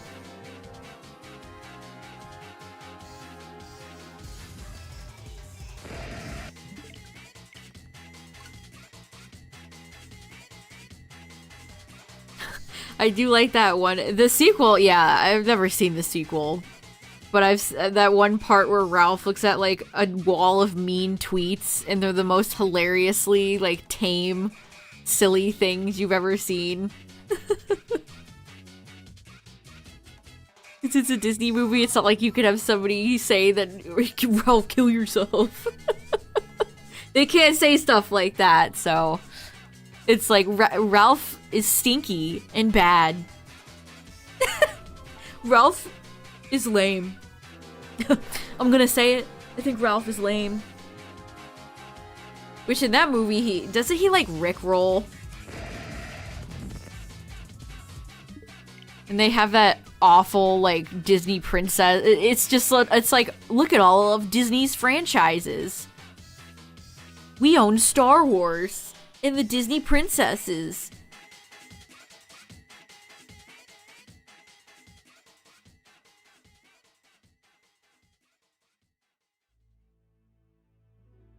Haha, Rick rolling.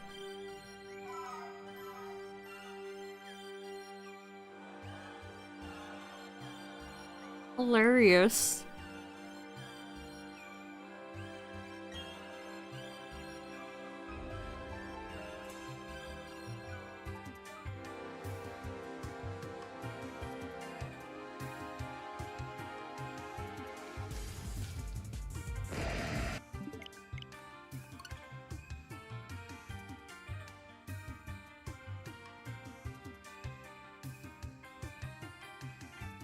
That's just a doomed idea to start with.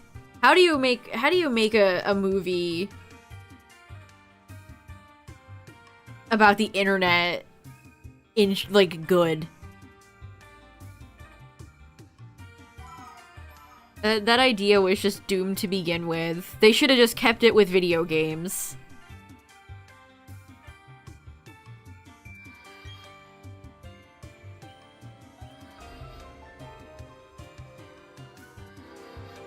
They should have just kept it going with video games. They flew too close to the sun.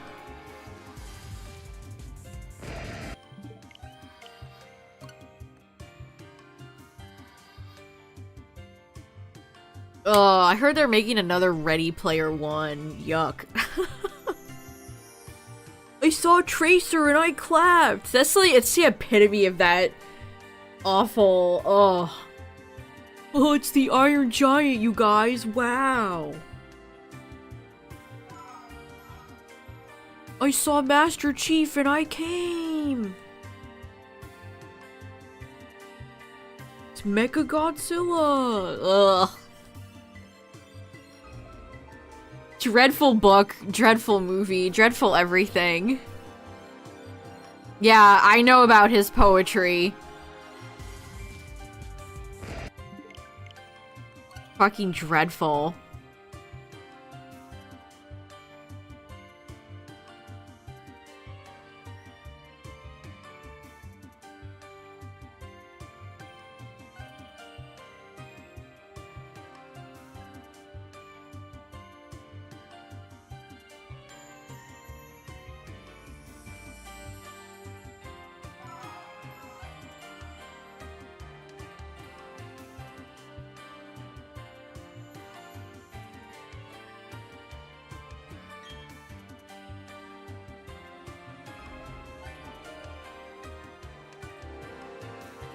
McDonald's or Wendy's? I like both. It depends. I like both.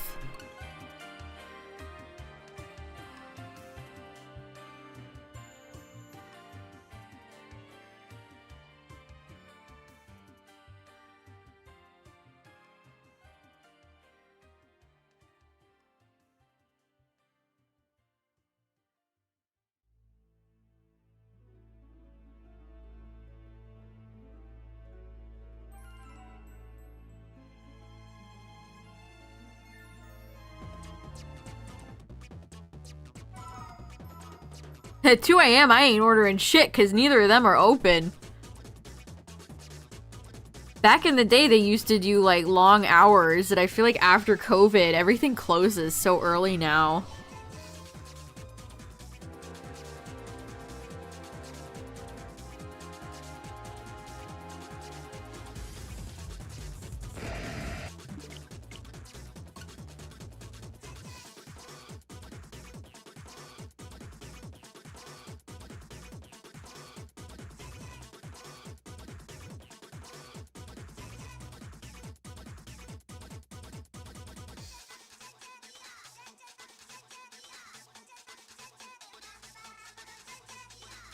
Yeah, we don't... No like, 24-hour places here.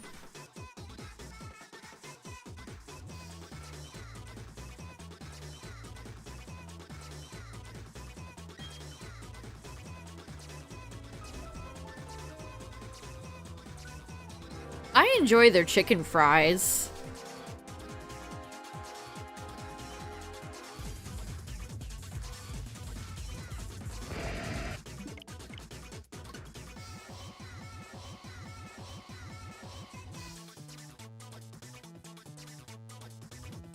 See, I feel like I've had bad customer service at all of these places.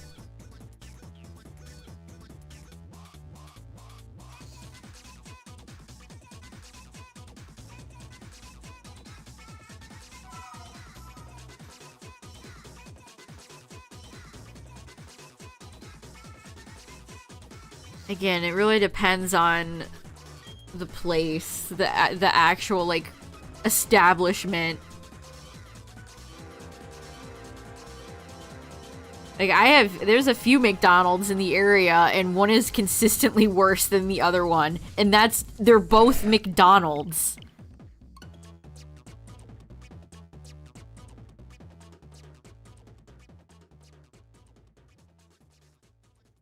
I think McDonald's is one of the most expensive fast food places to, franchise. You get Subway is like the cheapest one. You have to be like I think McDonald's are all like $1 million+ to franchise.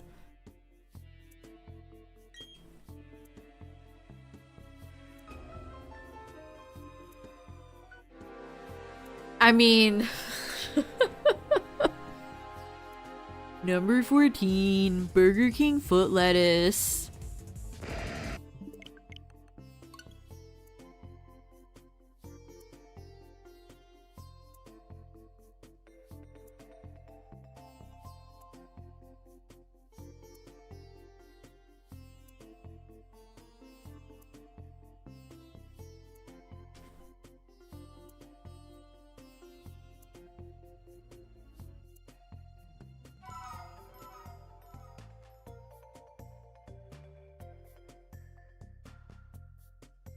Their secret sauce.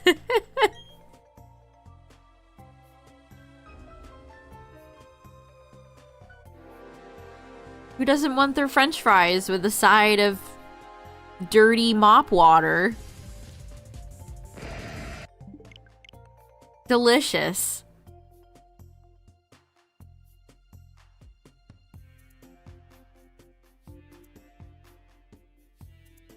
Subway is like my last choice.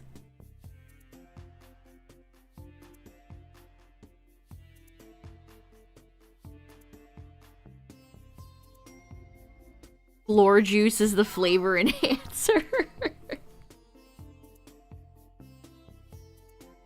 You tried poutine for the first time this weekend? Thoughts? Review? What rating out of 10 would you give it?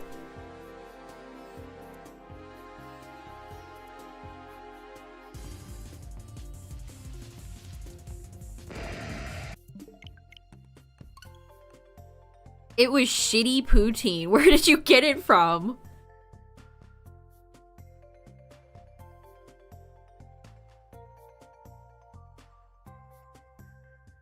It was from a burger place. Really? They got rid of their chicken breast and replaced it with chicken chunks.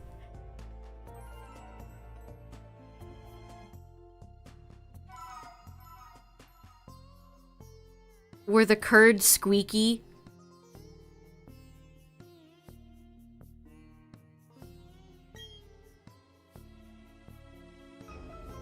They did squeak? Okay, okay, good, good. Good, good.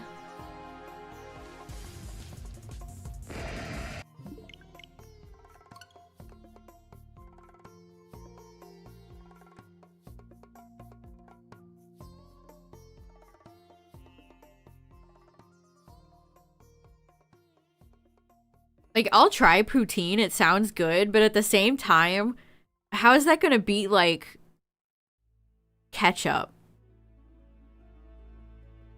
Like, as a big ketchup stan. Especially when it's cold. Like, ice cold ketchup with, like, hot fry, great combo.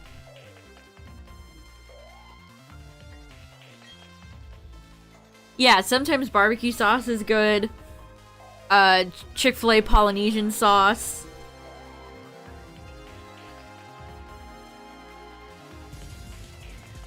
Sometimes honey mustard can do in a pinch.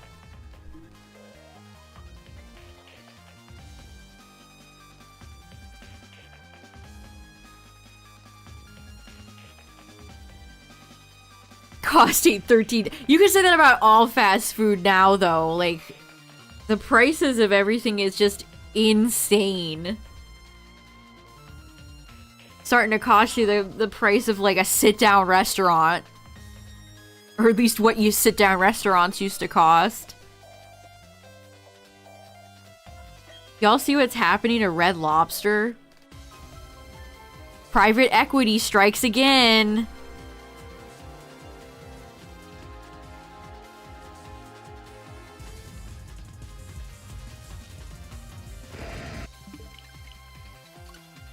For eating fries with no sauce. I know somebody that does that.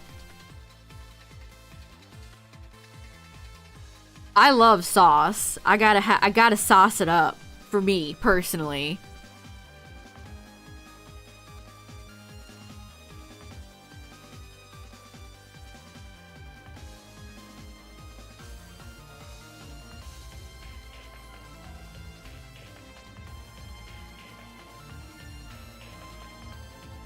But not as good. Did they have all the little parsley bits on it?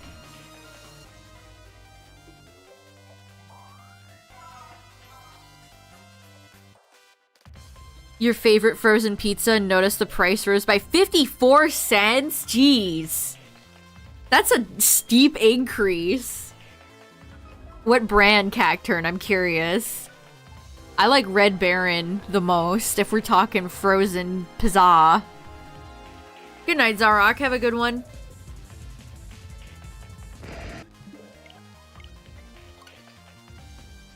Detroit style, I see.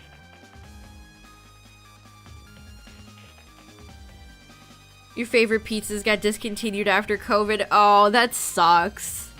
I still mourn some of my favorite things that are discontinued. TGI Fridays used to make a line of frozen food, and they had this like firecracker sweet and spicy chicken noodle dish that I loved, and they stopped making it. Keeps me up at night. How will I ever go on?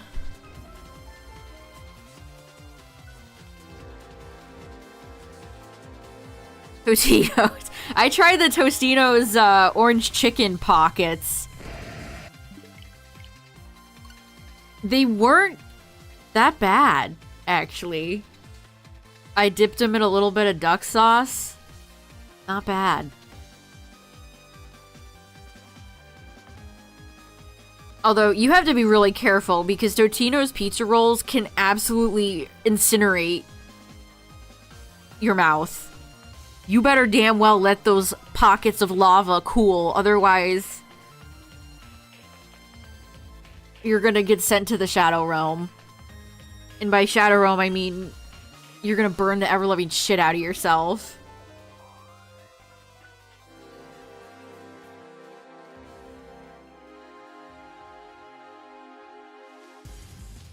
Hello.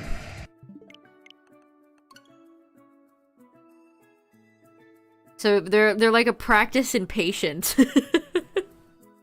If you make them when you're ravenously hungry, you have to just walk away. You have to let them sit.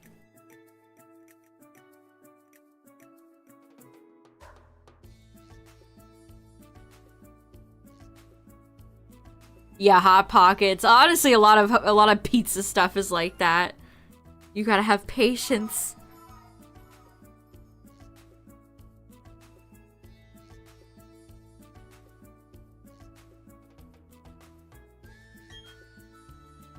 I still like bagel bites.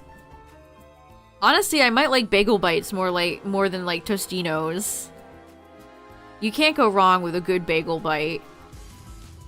I like when they're nice and chewy as well.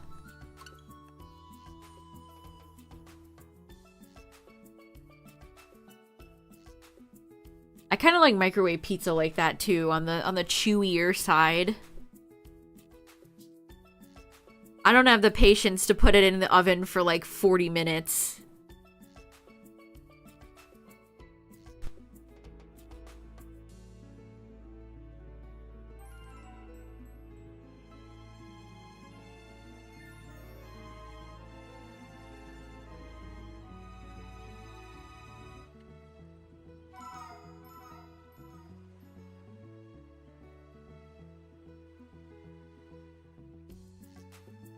How can I legally ship pizza rolls?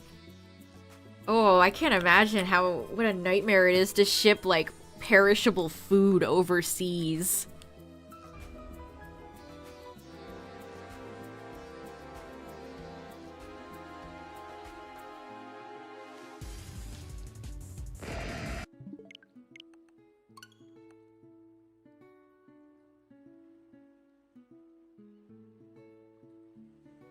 No pizza roll. Remember that Sonic? I remember there was like a Sonic thing where they collaborated with pizza rolls. There were a lot of Reddit threads from sad Australians asking how they could get pizza rolls.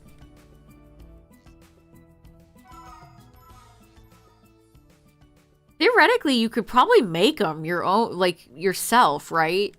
I've seen people make homemade Pop-Tarts. You just, like, roll out a sheet of dough, make a stuffing, and then fold them like ravioli.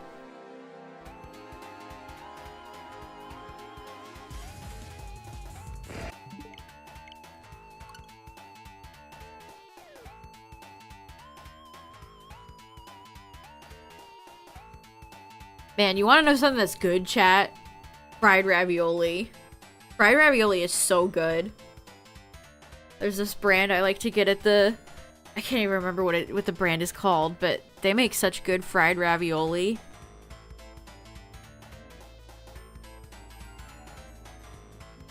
And then you get like a pizza sauce for a dip. Delicious.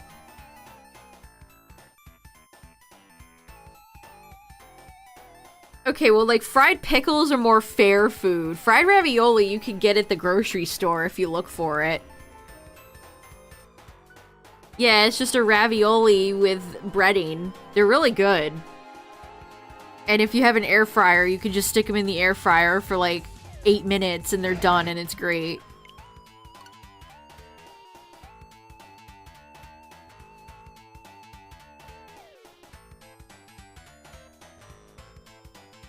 Yeah, they're kind of like a mozzarella stick. Except it's a ravioli.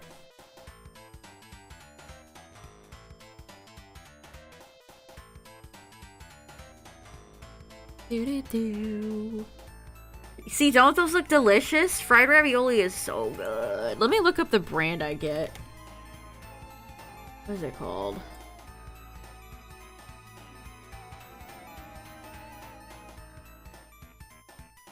Not me having to look up how to spell ravioli. Ravioli. It's spelled like it looks.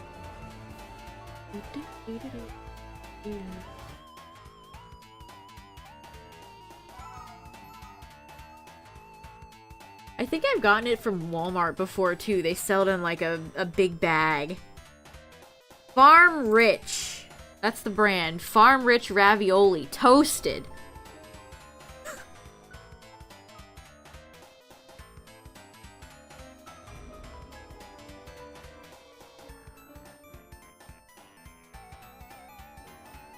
They even come with a marinara sauce.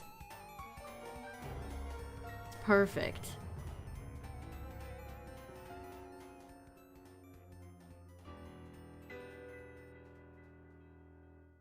That's the good stuff right there.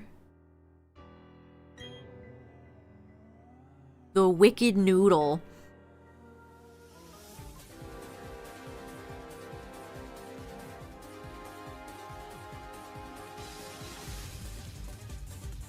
It's a pretty good food blog, cooking website name.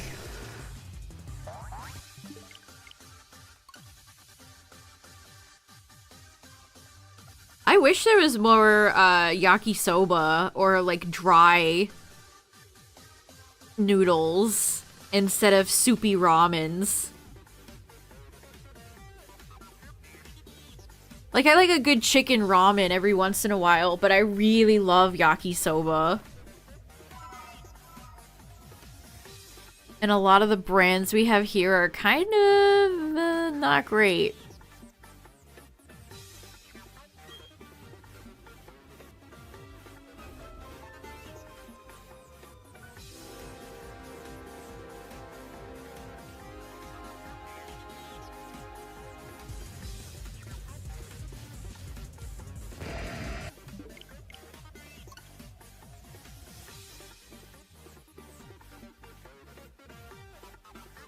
Gym leader theme is so good.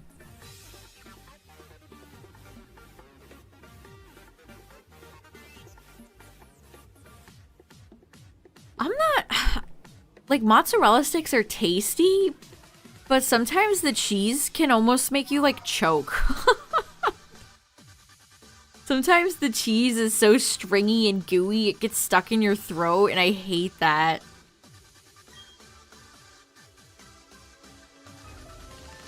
I've made mozzarella sticks before. Who grew up in the 90s and didn't have bagel bites? That's a good question, because they were, like, huge when I was a kid. I am definitely a millennial bagel bite enjoyer.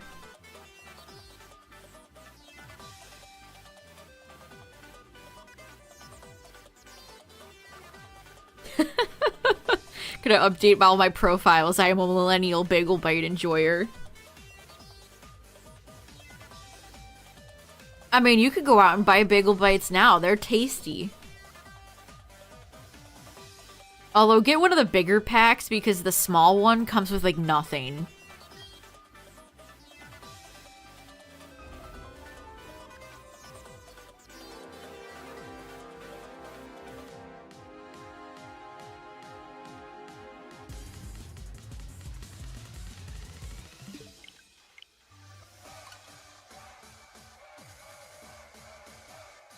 I also liked Lunchables as a kid. I like the pizza Lunchable. I like the nacho cheese one. The turkey one. I like Kid Cuisine as a kid, too. Especially when they had, like, Shrek pudding. Yeah, Leadables. How much lead did I get eating Lunchables?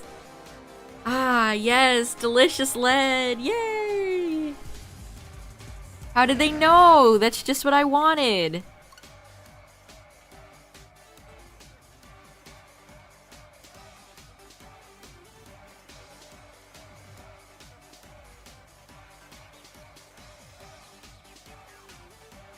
Sometimes I still crave a pizza Lunchable. That was by far the best one.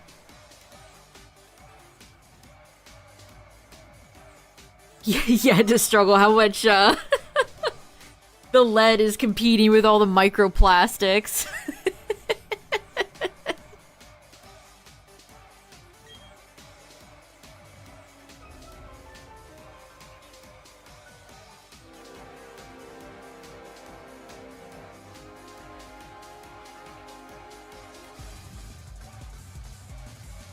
Core memory. I have a few food websites I visit for food news. This one I've Impulsive Buy I've seen forever. Jif peanut butter and chocolate spread. Burger King has a birthday pie. Kind of looks good, actually.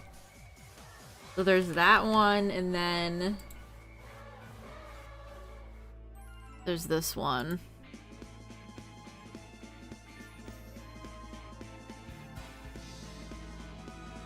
Club Crackers introduced new Mike's Hot Honey Club Crisps. That's such a trend, hot honey right now. Everything is hot honey. Which is fine with me. I love putting honey sriracha on a lot of things.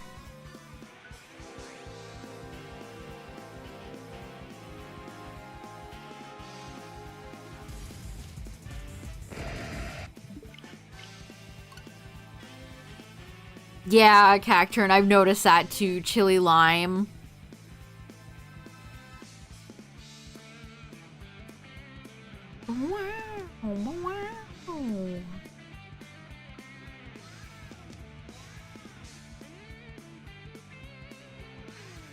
They also put, like, Brand Eating has a thing about burger snack wraps in South Korea. So occasionally they post, like, other country food stuff, which is kind of interesting. McDonald's will give snack wraps to everyone else except bring them back here.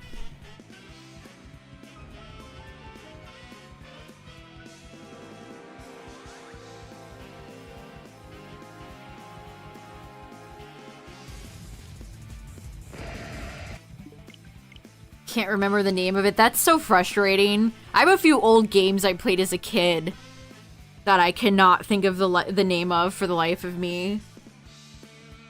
And sometimes I'll just throw random shit at Google to see if anything will come up, and it never does.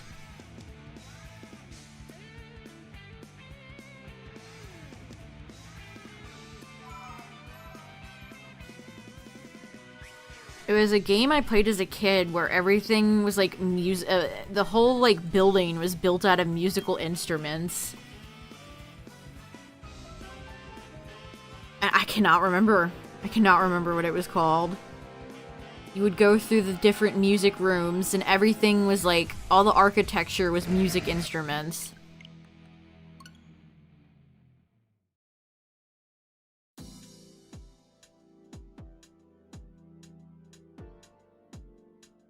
I just have my monitors.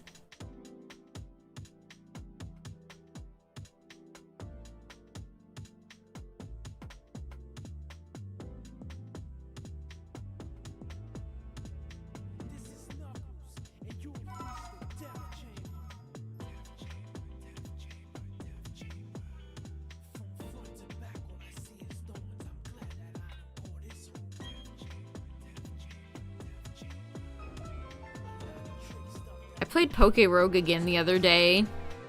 And I got my first shiny. It was a Vespiquen.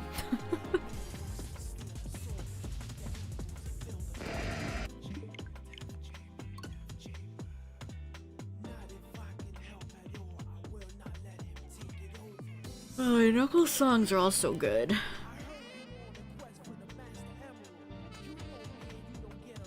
You know me and you don't get along. And I want to help you get it back. Stop being stubborn and think. You're damn right, Knuckles. I love when Sonic says that. I love when Sonic goes, I love that damn Knuckles.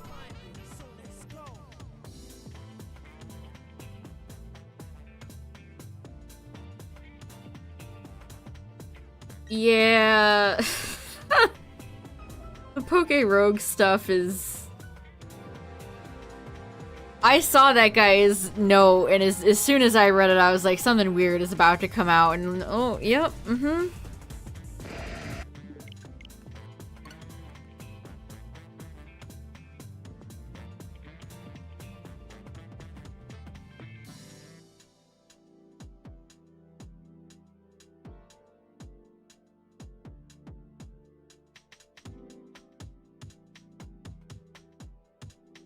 Poke Rogue has a lot. They have like...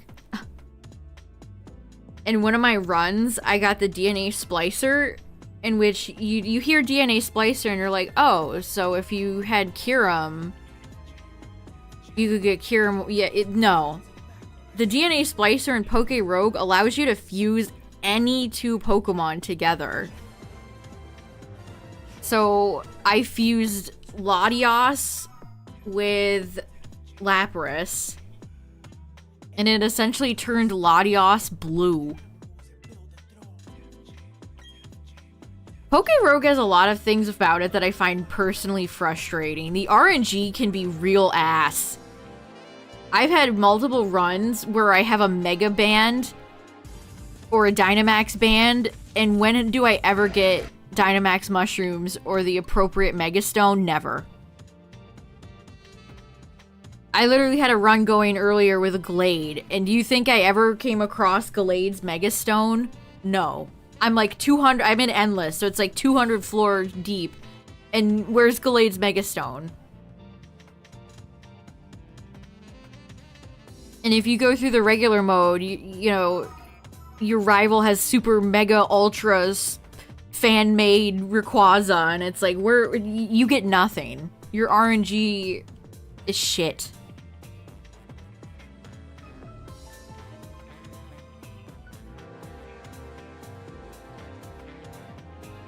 Yeah, it was like Pastel Latios. And then I got another Splicer, and I fused Arcanine and Sylveon. That's crazy how many Pokemon browser-based things have gotten popular, though, chat. I was talking to Tyler about this the other day. Of course, this goes back to, like, Poke Crater. Shout out to people who remember Poke Crater. That was the GOAT. But Poke Clicker, Poke Doku, Poke Rogue, what's next?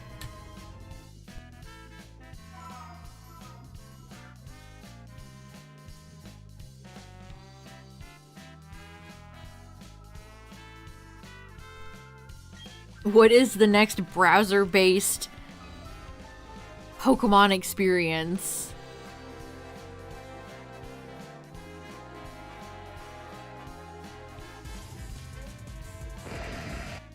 Also, Pokemon Rogue, just like Pokemon Clicker, or Poke Clicker,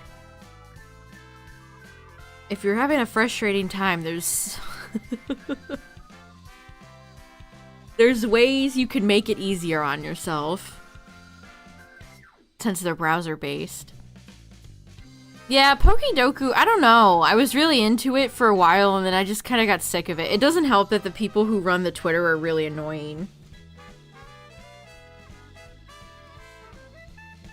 Y'all know that infamous tweet of Hello Neighbor tweeting MatPat begging him to review their game, or debunk their game, whatever.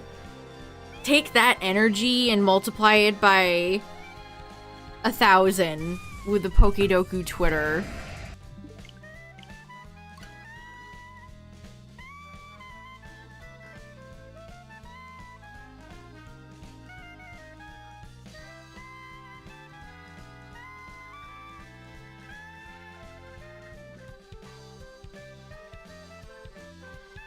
I don't either, Cacturn. Never have.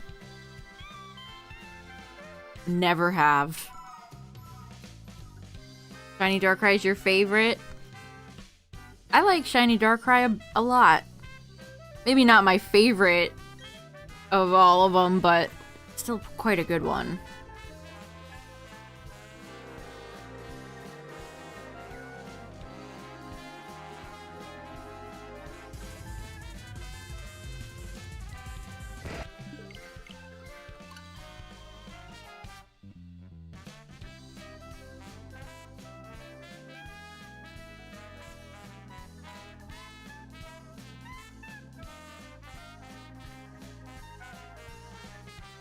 Wasn't there like a Hello Neighbor TV show? They tried, that studio tried so desperately to make that like a big franchise.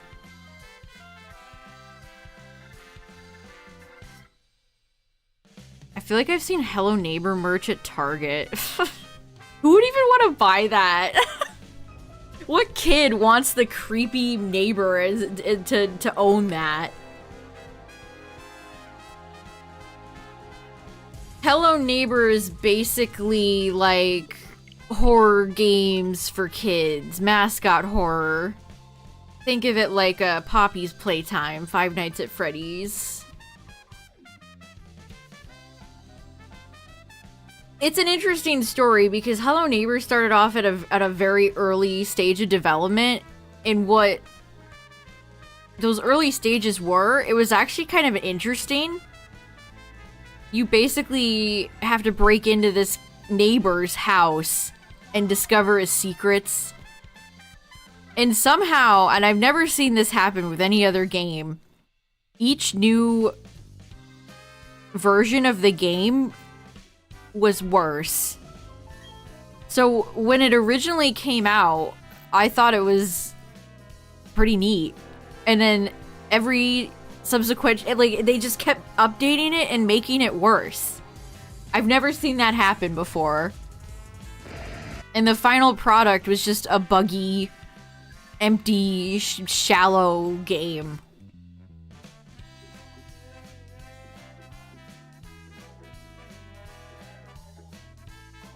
I remember when you told that story, Justin. That's crazy.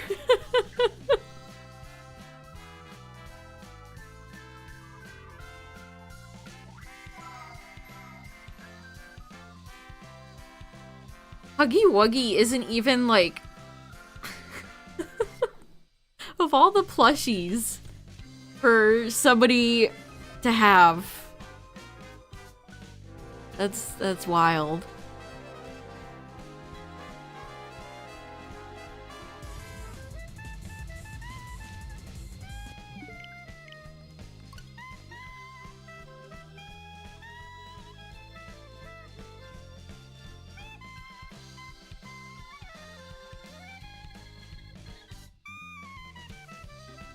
I wonder how much those companies even make, because it feels like all the Huggy Wuggy and Five Nights at Freddy's stuff I see is like bootleg. Like, sure, Funko churns out tons of landfill garbage for those franchises, but most of the stuff I see, like especially stuff in like the mall, that's all bootleg. No, that's depressing. Don't say that. Don't say kids know Huggy over Looney Tunes characters. That makes me sad.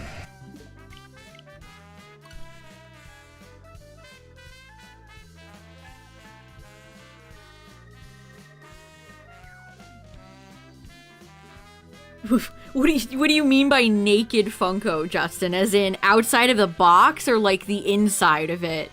Like the plastic inside? My Tails Funko is unboxed behind me on my shelf. He's right under Urshifu and Kubfu. He's one of the bears.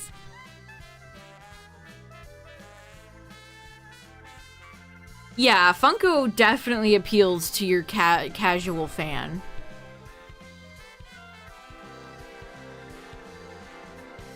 Yeah, I only have a few.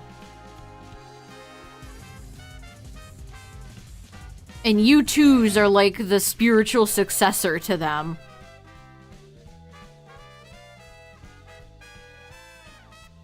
Yeah, and Funko comes in any franchise you could ever think about, except for Nintendo, which is funny. They have Pokemon, but no Mario, no Bowser, no Link, no Kirby.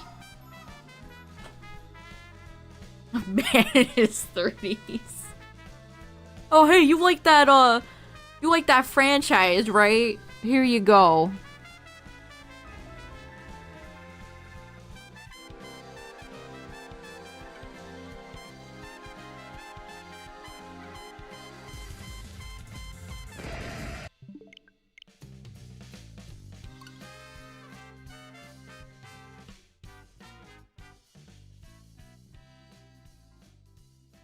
Good Smile just announced a Garfield Nendoroid, which is extremely funny. What is he gonna come with Pookie? He better come with Pookie.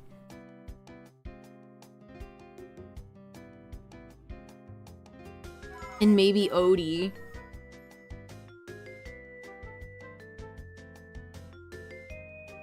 Nah, I love Nendoroids. Nendoroids are actually high quality, well made.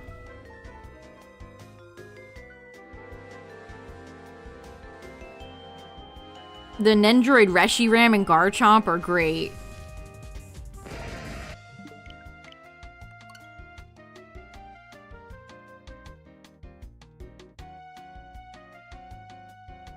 I have a Pookie Beanie Baby plush with the tie tag.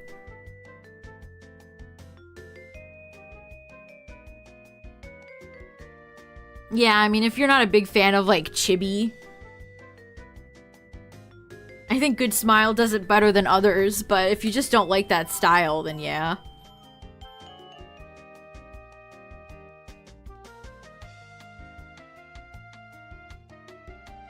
This is minigame music from Pokemon Stadium 2. This is minigame complete, to be specific.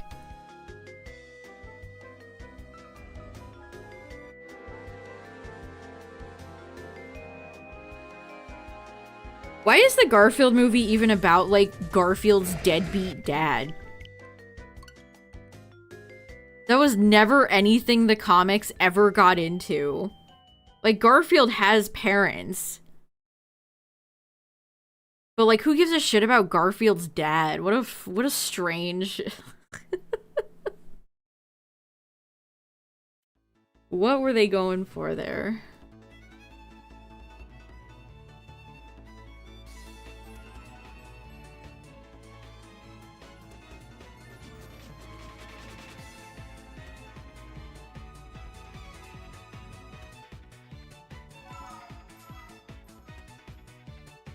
Yeah, it's so paint by the numbers, right?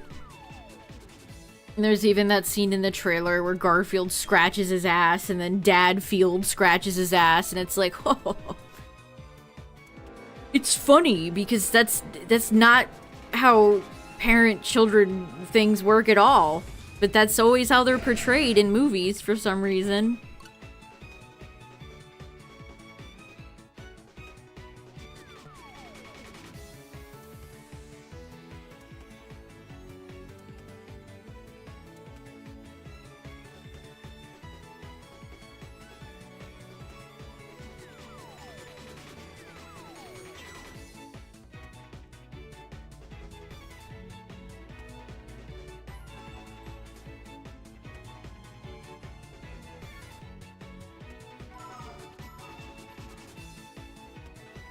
And they have to have, like, the cute baby Garfield merchandise.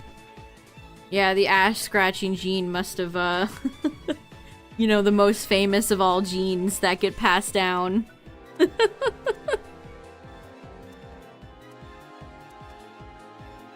Why is that such a thing? Why is, like, physical quirks that are definitely not something that get passed through genes? Why is that such a thing? Also, Garfield's dad is just bigger Garfield.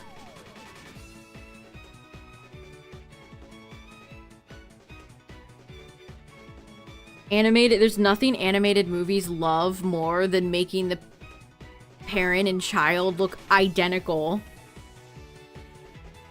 Like, think about Lady and the Tramp's kids and Lady and the Tramp 2. What's Scamp? Is his name Scamp? Or like Naruto's kid. Gotta look exactly like the parent, so it's marketable.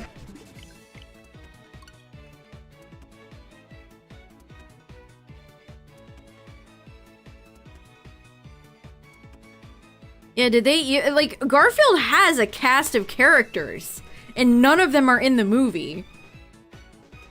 Like, where's Arlene?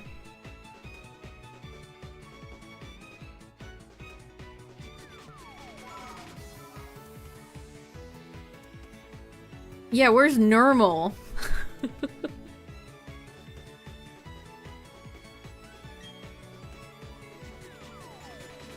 I heard it's just like Garfield and Odie and Garfield's dad. John is barely even in the movie. Which, like, John's the best. How do you not do anything with John?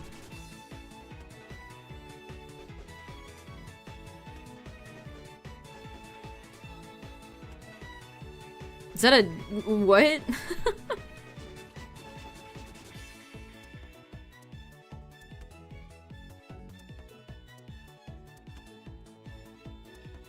I mean, the Switch has been out for 7 years at this point. I think it's pretty time for the Switch 2.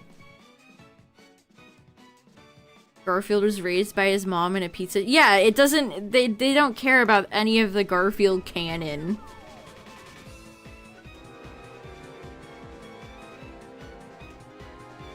SMH. No Garfield canon. 0 out of 10.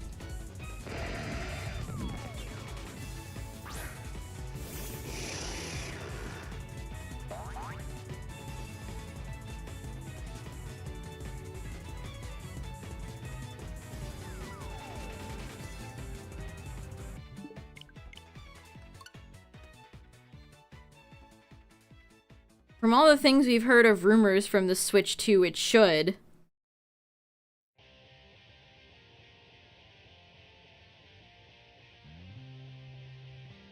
Yeah, learn your Garfield lore, for real.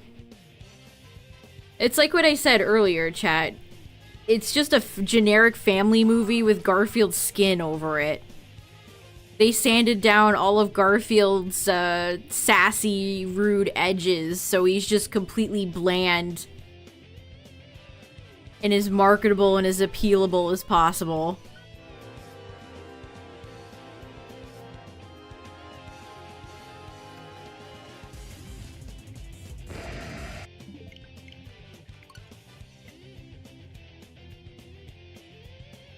Illumination was like, well, Garfield likes lasagna.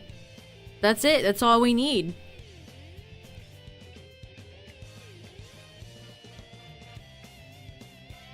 That is all we need.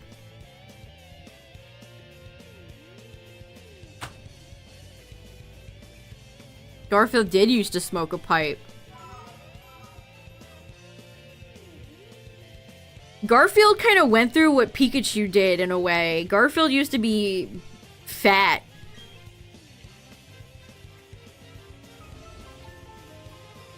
And he got slimmed down just like Pikachu. Yeah, exactly. Garfield's meant to be sassy. Like, it's the whole thing, he's a cat. But the movie can't, like, you can't portray characters having any edges anymore. Hollywood has to sand all those off.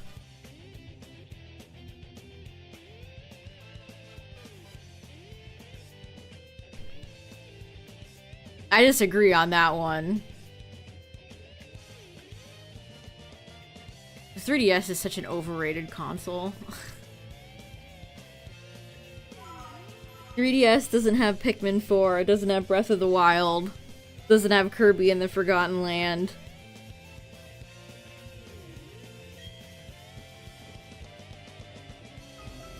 $19.59.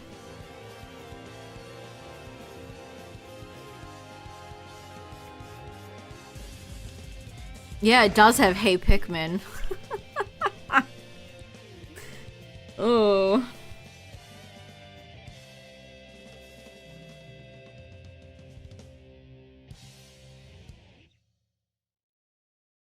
I mean, who gives a shit what the fan base thinks? Breath of the Wild is a Zelda game. And they absolutely do.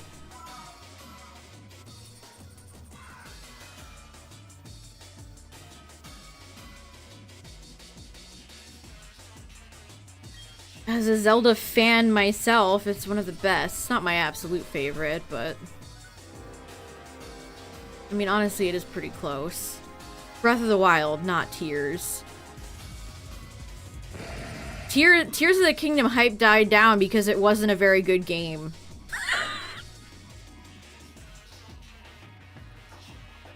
I'll tell you why that is. It's because Tears of the Kingdom is not a very good game. That would probably be why.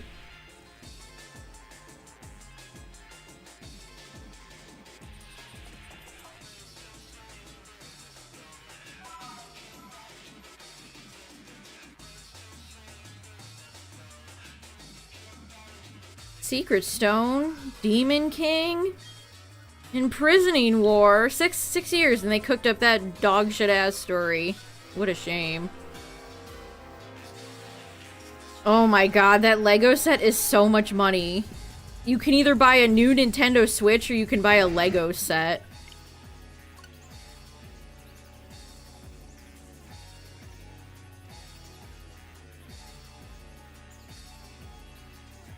Yeah, it's $299, I think. 300 bucks.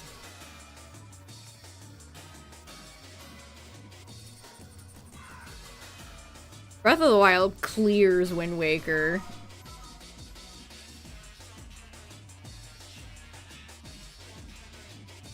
Too much water.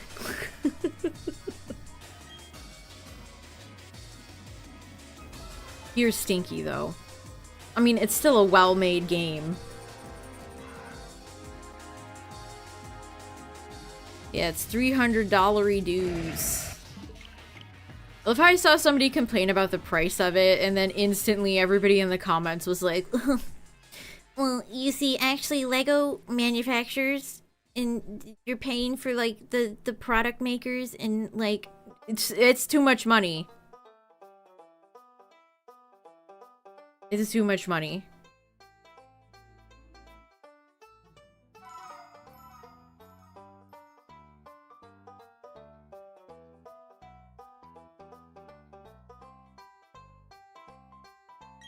Too much money.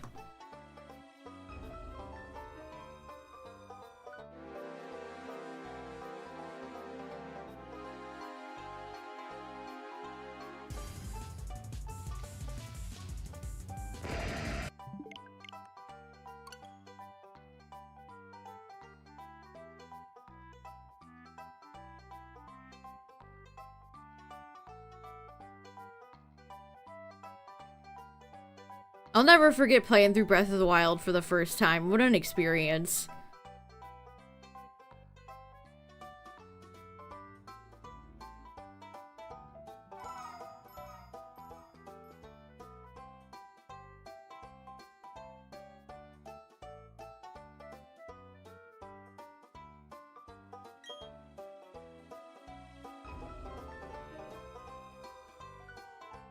Yeah, it is very much like Zelda 1.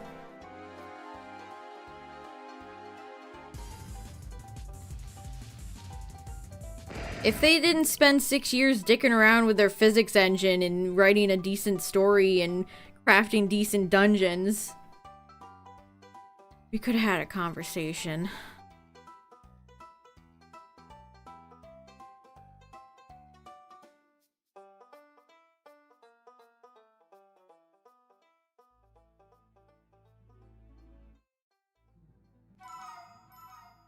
I don't know if I agree with that, Justin. I know people rag on the divine beasts, but honestly, I remember those. The water temple is ass, dude. You can't sell me on the water temple. You cannot sell me on the water temple in Tears of the Kingdom. That temple is a sham. And I got all the way up there, only to realize I couldn't do it without stupid piece of shit Prince Sidon. That, like, ruined the whole fucking game for me, dude. They're like, oh, you can go and do whatever you want. No, but you can't, though. You can't. I have to go get this stupid-ass fish guy. So he can blow bubbles for me. Get out of here. Get the fuck out of here. Why would they let me go up there if I couldn't even beat the dungeon without Prince Shitty? Prince Shit-on and his stupid new wife. Get out of here.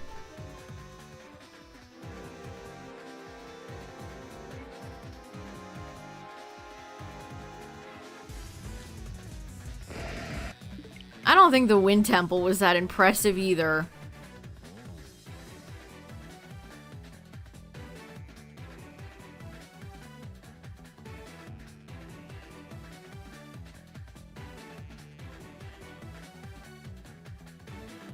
I did kind of like the fire one. I don't know. The Gerudo one, I don't know if I really liked it that much. The fire temple was the coolest one.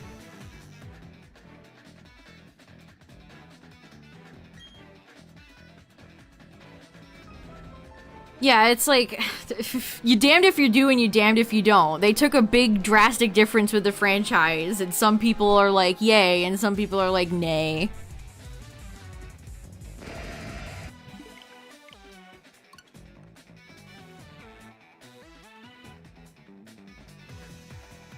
I was definitely hoping for more Majora. Like, when the first trailer came out, I was like, are we gonna get the Majora? Is Breath of the Wild the Ocarina and we're about to get the Majora? And that's not what happened, dog. That's not what happened.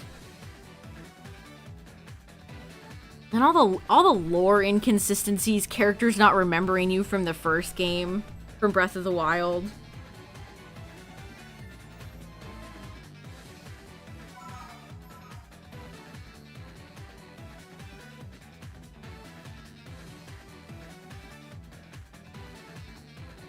Oh, the Spirit Temple is so bad. Oh god, I forgot that existed. Ew, I hated that. That dungeon was ass. Having to take all the pieces of the stupid robot. Oh, that might even be worse than the Water Temple. Oh, the Divine Beast clear those. No, no, no, no, no, no. Get those away from me. Oh, god, the Spirit Temple was fucking torture. I hated that sister, that stupid goat sister.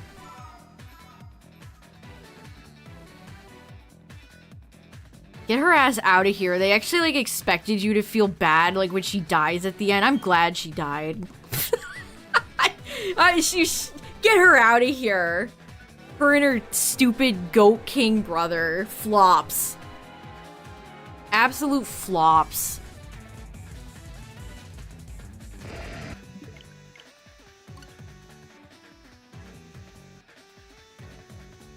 Yeah, they just wanted to be like, look at our new physics engine. Which, sure, it was fun for like 5 minutes.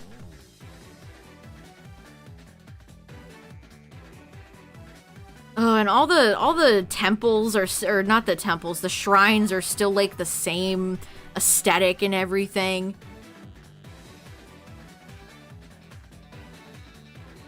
All those years, and that's what they gave us.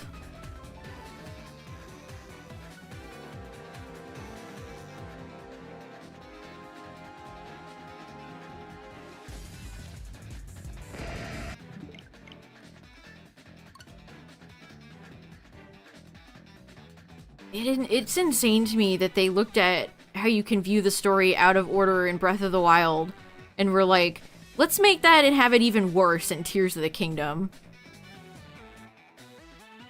Wild.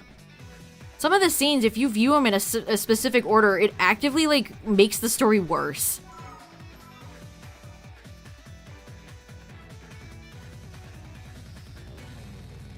It's the inconsistency. It's like they want everything to be free and open, but that's not even true.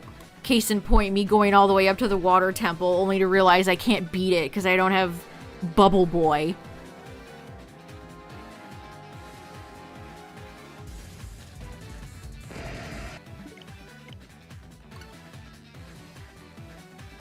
And then Rauru and Sonia, like, they get 2 cutscenes, pretty much, and then just never... They don't even say anything at the end when they undo Zelda's dragon form. Ugh. Which is just a power they have, apparently.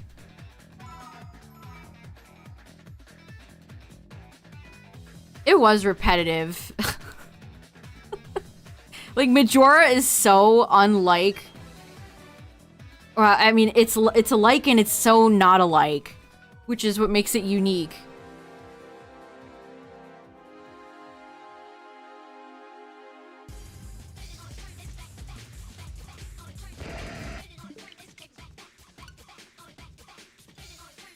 All the new characters they introduced, too, were lame as hell. They had that one, like... explorer buff guy and like Sidon's new green wife, and it's like these characters are all trash.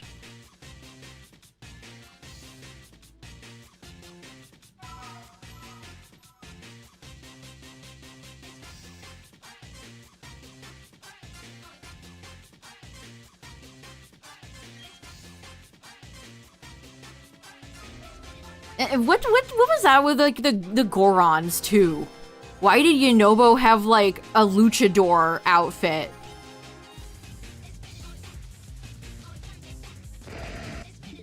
Just randomly goofy and cartoonish for no reason.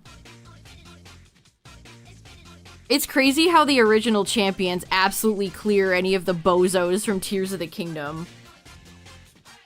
Like, Urbosa, Rivali, way better than any of the crappy characters from Tears. Yeah, where was Cass? Guy just up and vanished. That was one of the best parts of Breath of the Wild, when you finally get all of Cass's, things done and you hear him play the theme, and it's like, it's one of the biggest emotional beats of the whole game. And nothing is like that in Tears. The sages are just recycled models.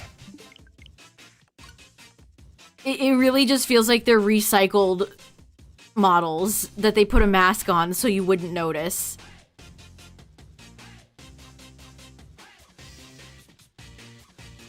Absolutely nothing burger characters, those sages. Let me tell you about the imprisoning war.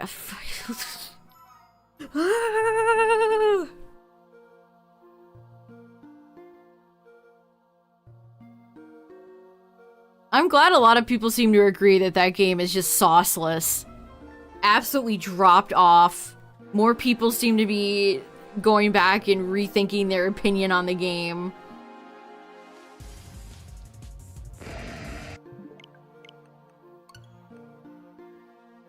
I love feeling validated.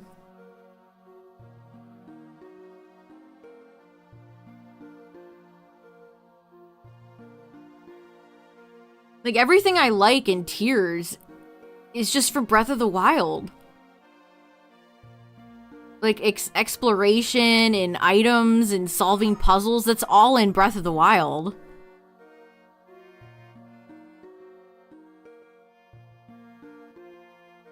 And in Breath of the Wild, it was all new. I was exploring that Hyrule for the first time, and so it felt awesome. And like, the Korok stuff, even the Korok stuff was lazy. Oh boy, it's the same bullshit over again. Except this time there's a few guys with little backpacks that you have to annoyingly maneuver with our physics engine.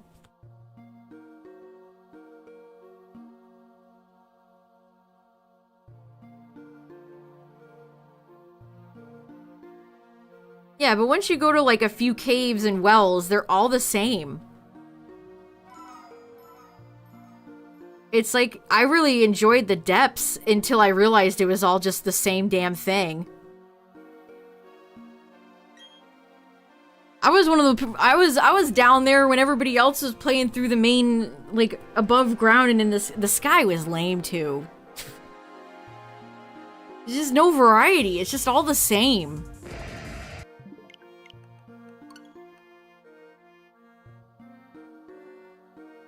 And I don't agree on the additional outfits. I think a lot of the outfits in Tears were letdowns, and a lot of them were just reused amiibo outfits. Not me going down, like, that extremely neat dungeon only to get, like, reused Phantom Ganon amiibo clothing. No. Get out of here.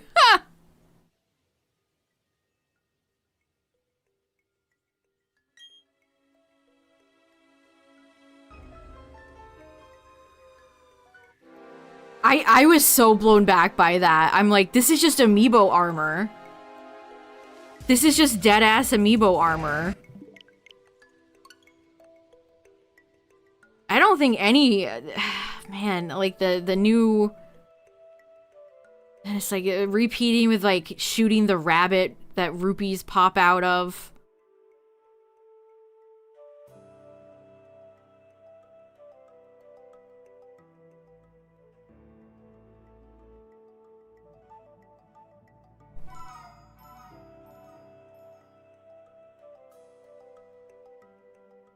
The bosses were all easy as paste.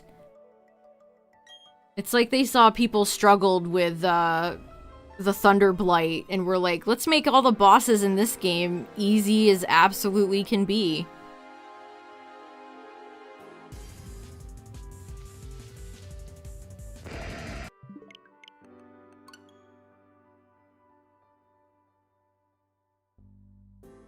Also, it would be nice if Zelda kind of did the same thing Pikmin 4 did, where it's like, remember this boss? Yeah, can you give me something new? Yep, it sure is Goma again. Yay! Goma! Goma. I know that thing from Zelda. Like, yeah, Nintendo loves jerking themselves off. You remember Goma, right? Yep. I sure do. It sure is a spider. But now it's got rocks. Wow.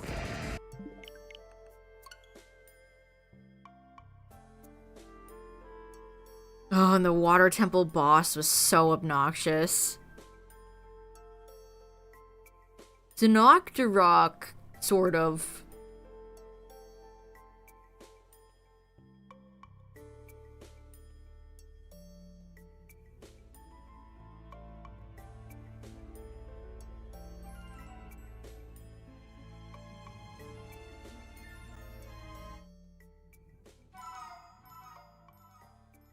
Man, in the final gauntlet, when you go down into Hyrule Castle,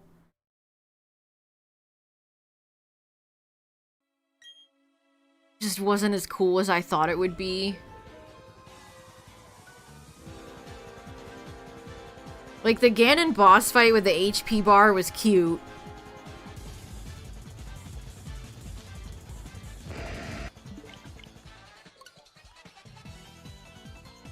They should be ashamed of that water temple. Like, that water temple is a crime. It's a crime against Zelda. And I know people bitch and complain about Ocarina Water Temple, but like, I'll take that over whatever that was in TK.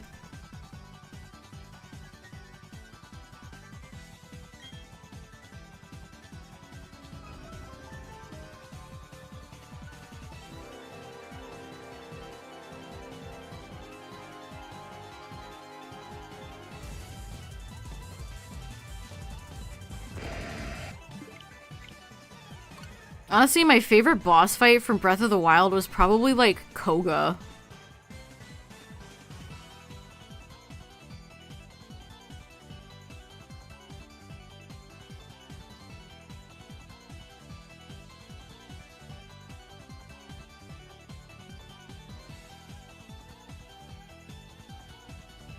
And then Pig Ganon, Calamity Ganon in Breath of the Wild was a joke, but I also feel like Dragon Ganon is kind of a joke.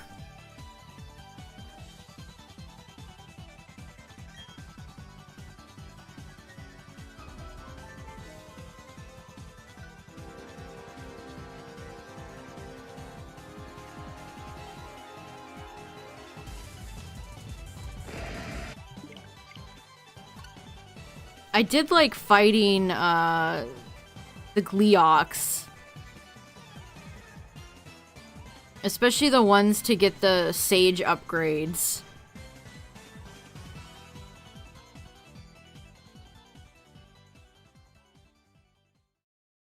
Yeah, the Boar Ganondorf, or Calamity Ganon fight, and I love how they never, like, connected those two either.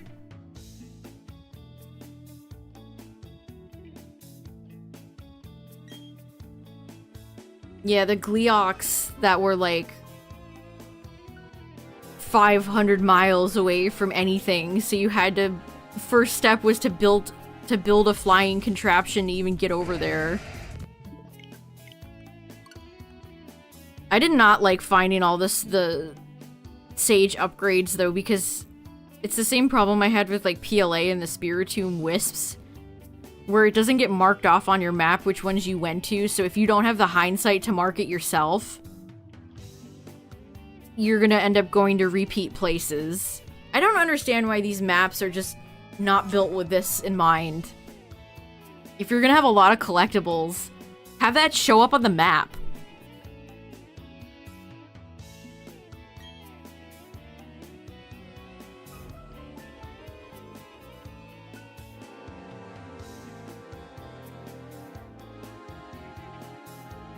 Also, I'm gonna get to 2K, chat.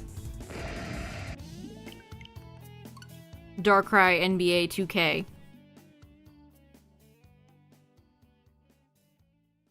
I don't think I ever messed with the Hero's Path stuff. I never really saw the point of it.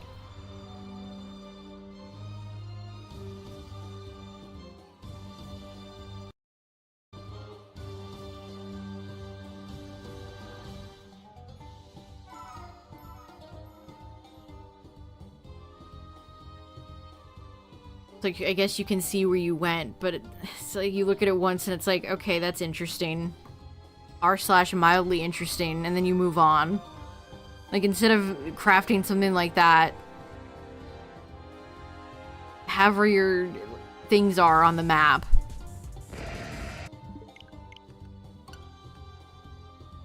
Undercooked maps in video games are one of my biggest pet peeves. How did you get me to rant about Tears of the Kingdom again, chat?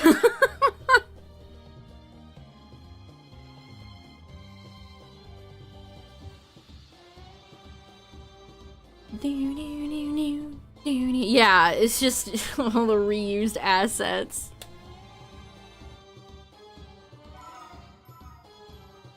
And it's like I said, like the memories being out of order, they had a chance to fix stuff like that. They had a chance to have better temples, and they just didn't. They just didn't.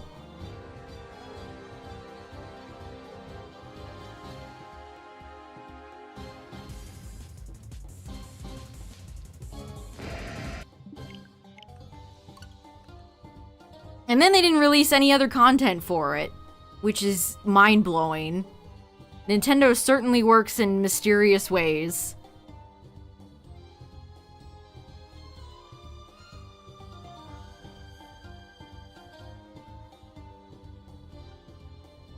Yeah, and it's like they created the sky. The first sky area is beautiful, but then the rest of the sky areas are all just the same yellow autumnal area. And it's the same thing with the depths.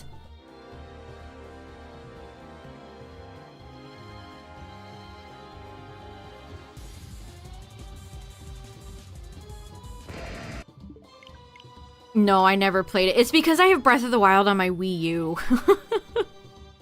Once the Wii U went away, it's like I can't be bothered to pull it out again. I should just get Breath of the Wild for the Switch. Play it over again. Although, I put a lot of hard work into that file. Yeah, and they were all just like little shit islands in the sky. They had one of those like robots. It's just so repetitive.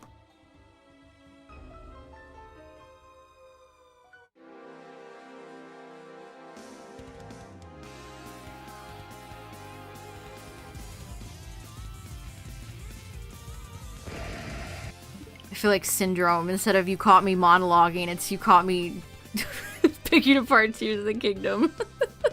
I mean, it's still a well-made, competent game, which is more than you can say for other big franchises on the Nintendo Switch. But as a sequel to one of my favorite games, I was just very let down.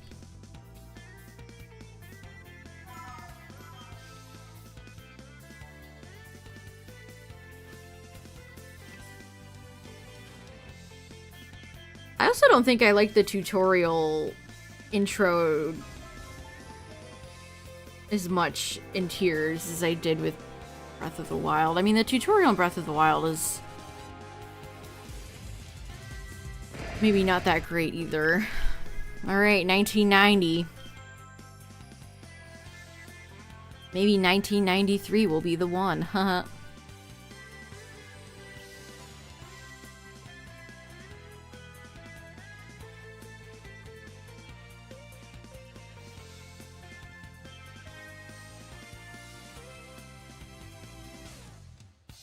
I was hyped as hell for Tears.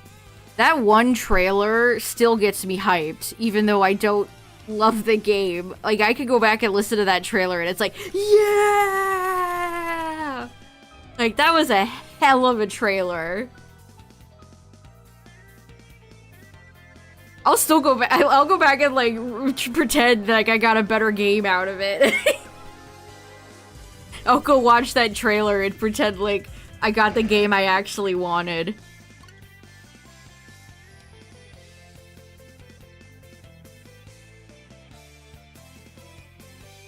Yeah, doesn't Kingdom Hearts starts off in the, like, the island Sora's from, and then 2, you have to play as, like, Roxas for 2 hours before you get to be Sora.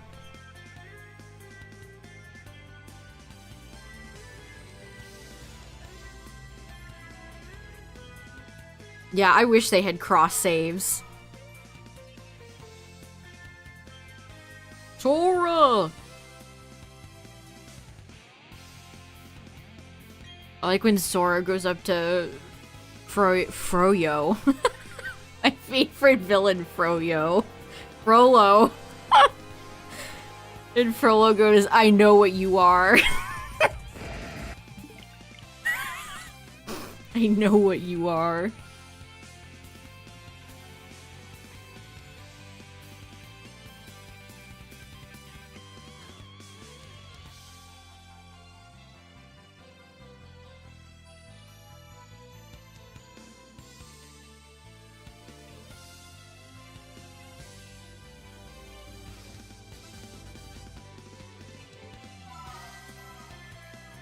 I don't know, the trailer set me up to think Zelda was actually going to be part of the story and not just away for most of it, going, Link, you must save them. 1993, come on, Darkrai. Come on. Boo. Darkrai hates millennials.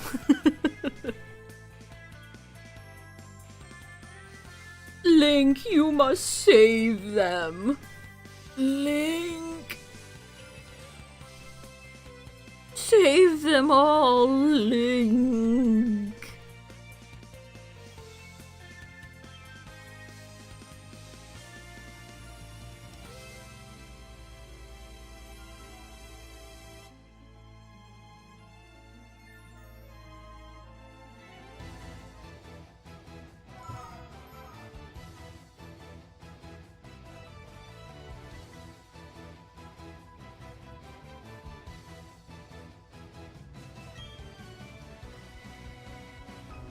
Yeah, imagine if you actually, if you're playing a Zelda and a Legend of Zelda game, preposterous.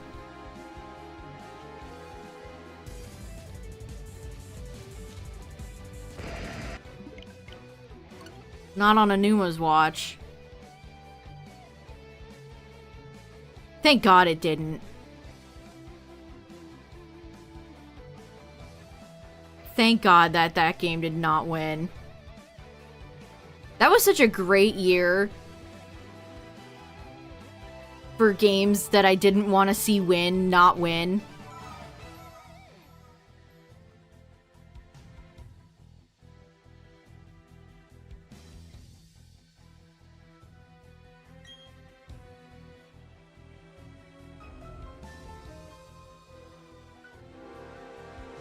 Yeah, it's the same old from them. It's what I've come to expect.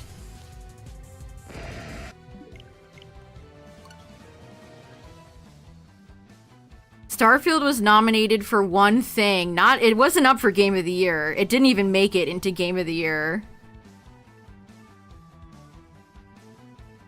And Todd was there. Todd was in that crowd promoting the Fallout show. LOL.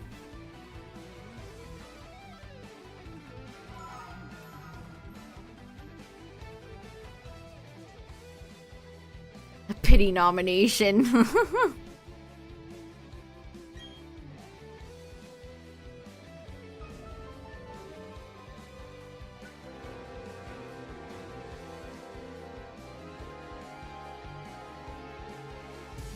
Oh, Oh, are you talking when they first revealed Breath of the Wild and people thought Link was Zelda?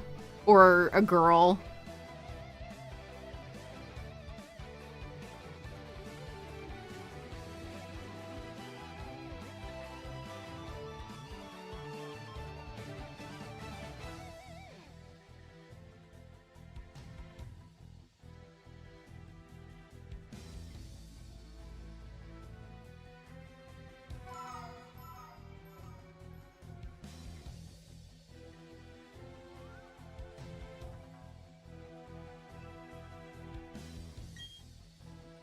Alright, chat, we're almost at 2K. Almost. 1997.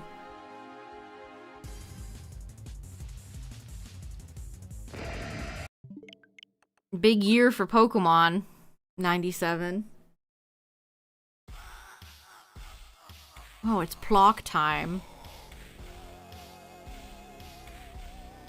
Yeah, what were the nominees? It was like RE4 Remake, Baldur's Gate 3, Spider-Man 2, Wonder and Tears.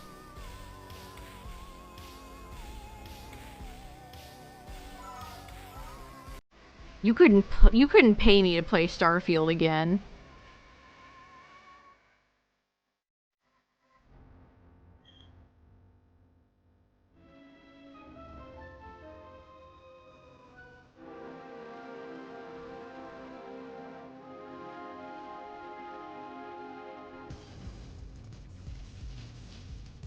$19.98, no dice.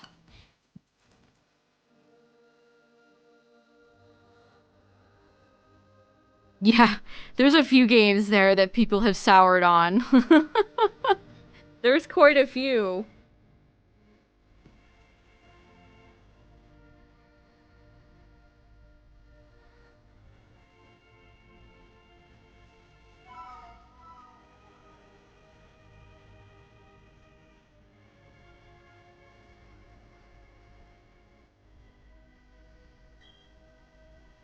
Alright, 1999.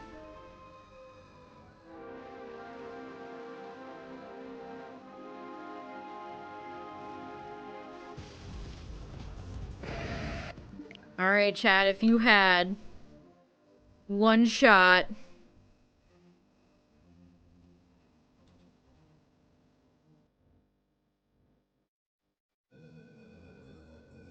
Six out of 10 on Steam. Honestly, that might be a generous score. It might be a generous score. Alright, here we go. Big 2K, Darkrai, big 2K.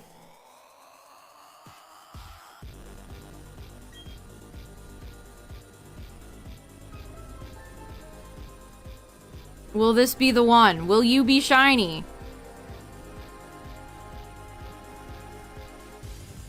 No. No, you will not be. Well, frick. We made it to 2K on Darkrai, chat. Jeez. I got Shaman at 29.59.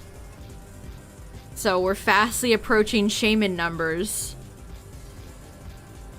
Which is fine. I honestly don't mind doing this reset. It's not bad. It's not very painful. Arceus is gonna be worse. I look a lot less forward to Arceus, so... Yeah, thanks for hanging out tonight, everybody. I appreciate it. Thanks for all the follows and the subs.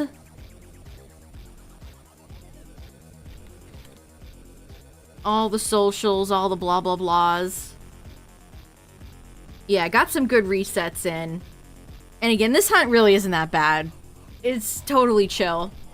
So, Darkrai will show up when it shows up. But yeah, we'll be back later for more shiny hunting, as per usual. I don't know when we're gonna set up Oraz yet, because Tyler has to work, so we have to figure that out, but that'll happen soonish, so. But yeah, thanks for hanging out tonight, everybody. I appreciate it, and I'll see you guys later. Good night, everybody. Bye!